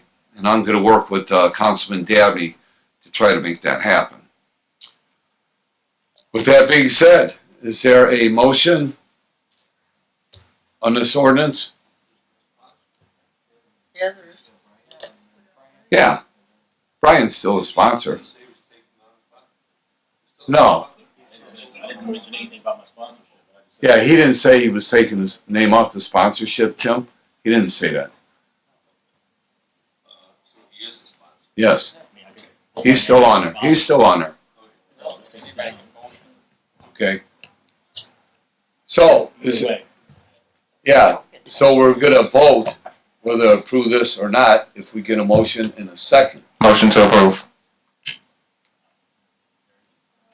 Excuse me, legal, consult legal. Is there any difference in me taking my name as a sponsor? Anybody, any member can move to approve. I mean, I'm just saying, does that affect me doing something later? Is what I'm saying. No. No. No. If you had no sponsor, if you withdraw, then there's no ordinance. Okay. And if no one else. But I'm saying, like, when we're talking about who can bring this back up at a later date and these type of things, I was wondering, would that have any effect? But this particular ordinance, no. Okay, well. Name the sponsor just means you're put it forth. The question about. If we just, Brian is still Right, he's a sponsor. sponsor. And so we would be voting on whether to approve the ordinance or not, because we just voted. There wanted to be a table and it wasn't tabled. Right. So it's still alive. Right. So I'd like to remove my name as sponsor. Okay. Then it just dies. I don't vote. He No. wants to take his name off, he can take his name off. Right. It just dies. Right. Then there's no longer a sponsor, so the ordinance dies. And it has to be offered to the other people. Does anybody want to pick up the sponsorship to this ordinance? Does anybody want to pick up sponsorship to this ordinance? I do. Councilman Fitzpatrick? Yes. Okay. So now we vote. No, if somebody has to make a motion. Yeah, right. Okay. You picked up sponsorship. Is there a motion? Motion to approve. Support. Okay, there's been a motion by Councilman Fitzpatrick and seconded by Yeah, Councilman Hamilton. Ms. Nyla, take the Ms. vote. Nyla on the vote?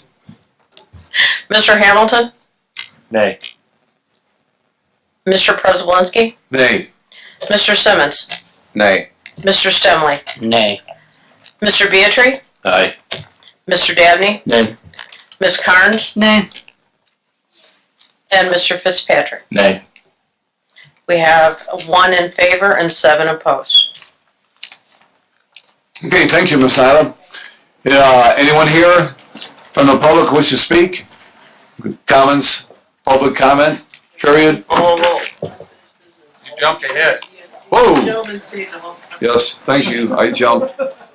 I don't know why, but I jumped. Yeah. Under unfinished business. ESG has guaranteed savings projects, proposed 4 change orders. If I had known. And I believe the council has to vote on that. Right. Correct, Mr. Myers? Correct. All right. So, but there's, 4 different where ones. did Todd go? He's back there. Yeah. Nobody can hear you from back there. Okay.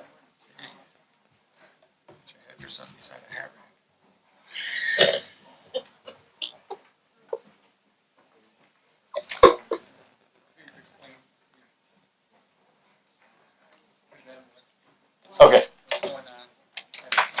Do you want to look at that? Good evening. My name is Todd Anderson with Energy Systems Group.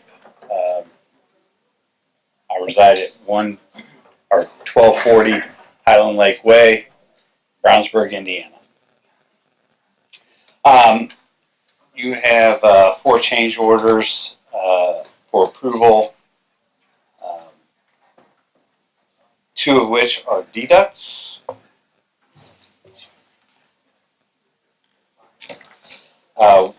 The first deduct is for reduced number of vehicles being tracked by the city. In our original proposal, we had 125 vehicles proposed to be tracked. Through doing our due diligence and figuring out how many actual vehicles the city has, we're down to 103. So we're deducting 22 vehicles from the tracking system. The second deduct is for our grant writing. There were certain grants that we had grant writing costs included in our project that aren't able to be written, so we're deducting that from the cost of the project. The 2 ads, one is for Banwork Field down at Patriot Park. That field has experienced, or that park in particular has experienced some electrical issues after our change out of the lights. The way the electrical system works there previously was the lights were not continuously powered. Now that we are sending power directly to the lights, there has been shorts that have been recognized in the system. Let me ask you a question. What causes that? Well, either existing electrical problems in the system that weren't either shorts or other things that weren't being recognized because the power wasn't continually being fed to the lights. Has that always been an issue out there? I mean, it probably didn't start, right? When you guys just arrived. Our information that we received was they had intermittent problems with the lighting system that had been worked on several different times. So what we are proposing to do is to fix all the problems at Banwork Field, so basically rewire that entire system there, and then change out the disconnects on all the fields, on all the lighting poles throughout the park. Our electrician indicated that all those were not wired properly from the beginning, and it's a safety issue. And then all the bases of the light poles will now be encased or grouted in to prevent any rodents from getting in and causing any problems with the wiring. And how much is that going to cost? Our cost that we presented was $74. Let me find it here.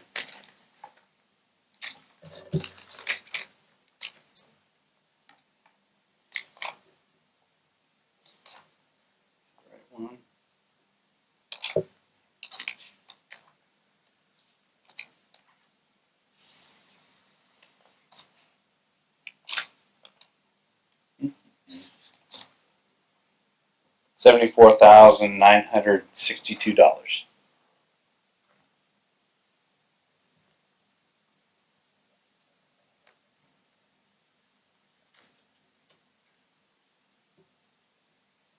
And then the third or the fourth item that we are asking for a change order for,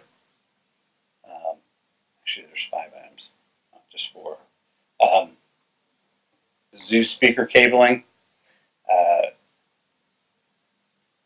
At at the zoo, we included in our project, we changed out all the speakers that weren't working properly there. And our electrical installer recognized that the cable has been deteriorated due to sun damage throughout the zoo. So all the overhead cabling is being proposed to be replaced at the zoo for the speaker system. How much is that? $31,836. What was the cost of the first two the deducts? Change orders. Oh, those are deducts. That's Deducts. right. Yeah, how much are the deducts? $19,802 for the deleted 22 vehicles. That's a minus. Yeah. And then the solar grant writing was a deduct of $9,758. Okay. And then while we were out at Central Maintenance, Mr. Zonder approached us about providing a price to rework the louvers at the Central Maintenance building. Several of those louvers out there, their springs have. Yeah, they're fresh air intake in the walls of the building. That particular building is heat only. There's no air conditioning in the workspace out there. So during the winter, they're getting a lot of airflow into the building that shouldn't be there. And so this would be to repair those louvers throughout the building, and that's $22,506. The total change we are asking for is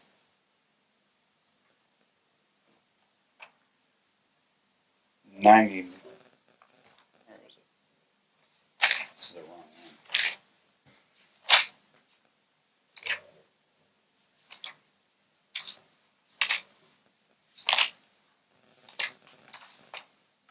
Yes. It was 99,000. Do you have that in the last one I sent you?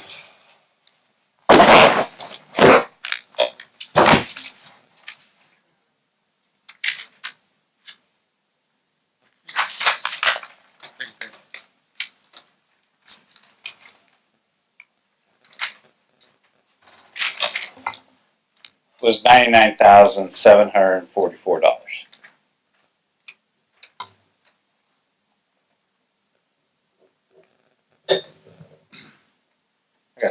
Question. So this is for actually 5, not 4.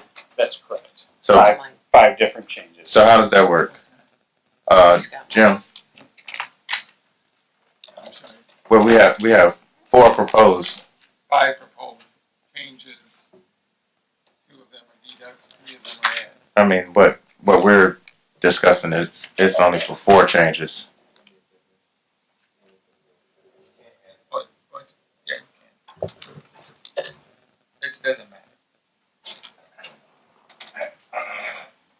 You said it doesn't matter. No.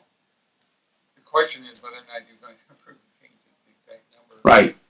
So whether it's 4 or 5. So then All the documentation the council has received actually reflects more than those changes, but as time went on, ESG agreed to absorb the cost of several. So does that need to be corrected for the minutes? Well, the minutes will reflect that there will be 5. Okay. You can do them one at a time. You can do them all at one time. It's up to you. I just wanted to clear that up. Clarification for that. Oh yeah, good question. As far as the council vote on it, do we all want to vote on them one at a time, or do we wish to vote on them all in one package? I would Yes. add that the financing, there's $150,000 left of the financing, so there won't have to be any additional appropriations or any money taken out of Riverboat or anyplace else Right. to pay for this if you vote No. on it. Yeah, we're done. We're done. We're not taking any more money out of Riverboat. We're going to get this project done with what we got financed already. So, with that being said, does everybody want to vote on it? in one package or individually? One. Okay, all in favor signify by saying aye. Aye. Okay, is there a motion to approve the ESG change orders? To pay for them? Yeah, all 5 of them. Motion to approve the 5 proposed changes.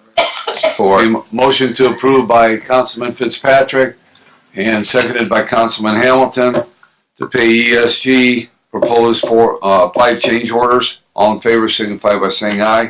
Aye. Opposed? None? Wait a minute, I All think right, we need to change take a orders will be vote. paid. Let's take, you can't do an Pardon? aye on that. Let's do a vote. You can do an aye on that. You can vote, do that on aye on anything.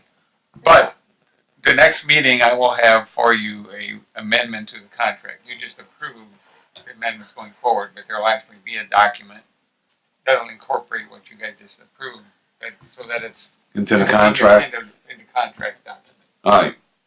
as opposed to just having to read the minutes to find the information. Thank you, Mr. Myers. Under new business, nominations. The council has one appointment to the Board of Zoning Appeals due to the resignation of Mr. Michael Johns, whose term expires December 31st, 2022.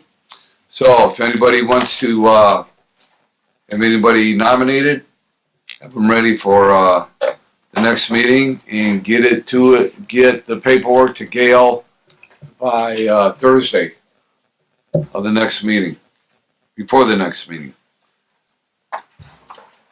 Okay, now we come to comments from the public. Anyone from the public wish to speak? Anyone from the public wish to speak?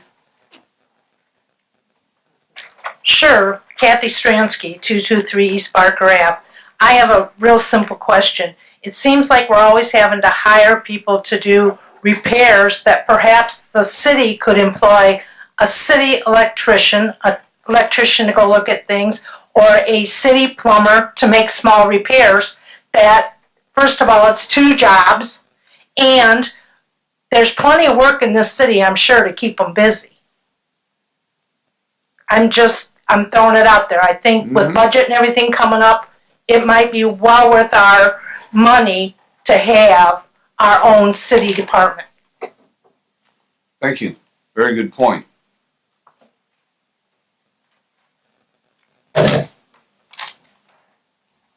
Anyone else from the public wish to speak? Tommy Clavick, 1316 Ohio Street. When I was a lot younger and they were all still alive, my grandparents used to tell me the stories of how they lived through the Great Depression of the 1930s. We hear a lot about poverty, but if you want to talk about poverty, the stories they used to tell was something else. To make the residents aware, I want to talk about the property, the Ames Field Fountain, the Paitina Playground, the Paitina Parkway, the property that fronts Ames Field along Franklin Street. I think the residents need to be aware that that's not a city park.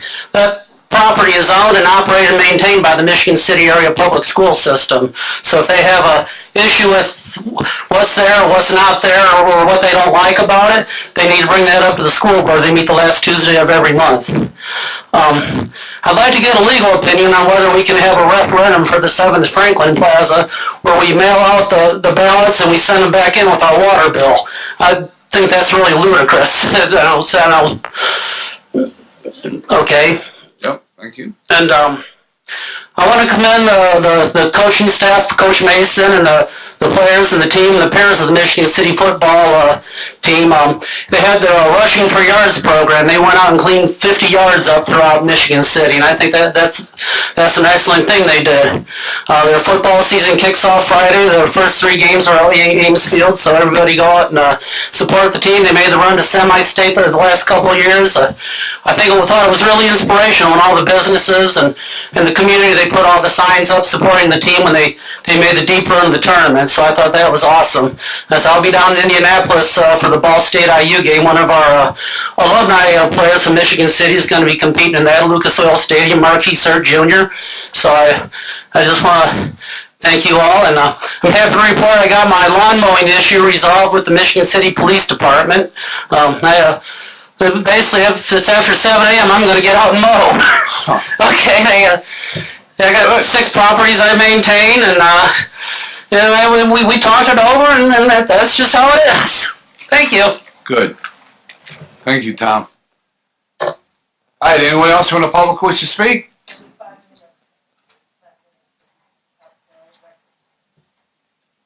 Okay, public comment is closed. Comments from the council? Motion to adjourn. Support. Okay, there's been a motion and a second to adjourn, but I have one thing that I want to say, and that Councilman Stimley is going to take the place of Councilwoman Silvas on the Tax Abatement Committee. Pardon? Yeah. Councilman Stimley is going to take the place of Councilman Silvas. And then as far as whoever gets elected to the second ward to take Councilwoman Silvas's place, they'll be given, probably be given her committee responsibilities for the remainder of the year. Take care of that.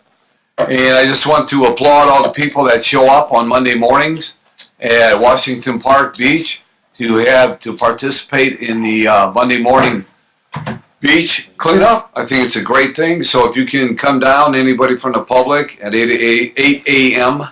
on Monday morning and spend a couple hours out there cleaning up the beach, our prize jewel down there on the north end, it'd be greatly appreciated. And with that being said, there's already been a motion to adjourn. All those in favor signify by saying aye. Aye. Meeting's adjourned.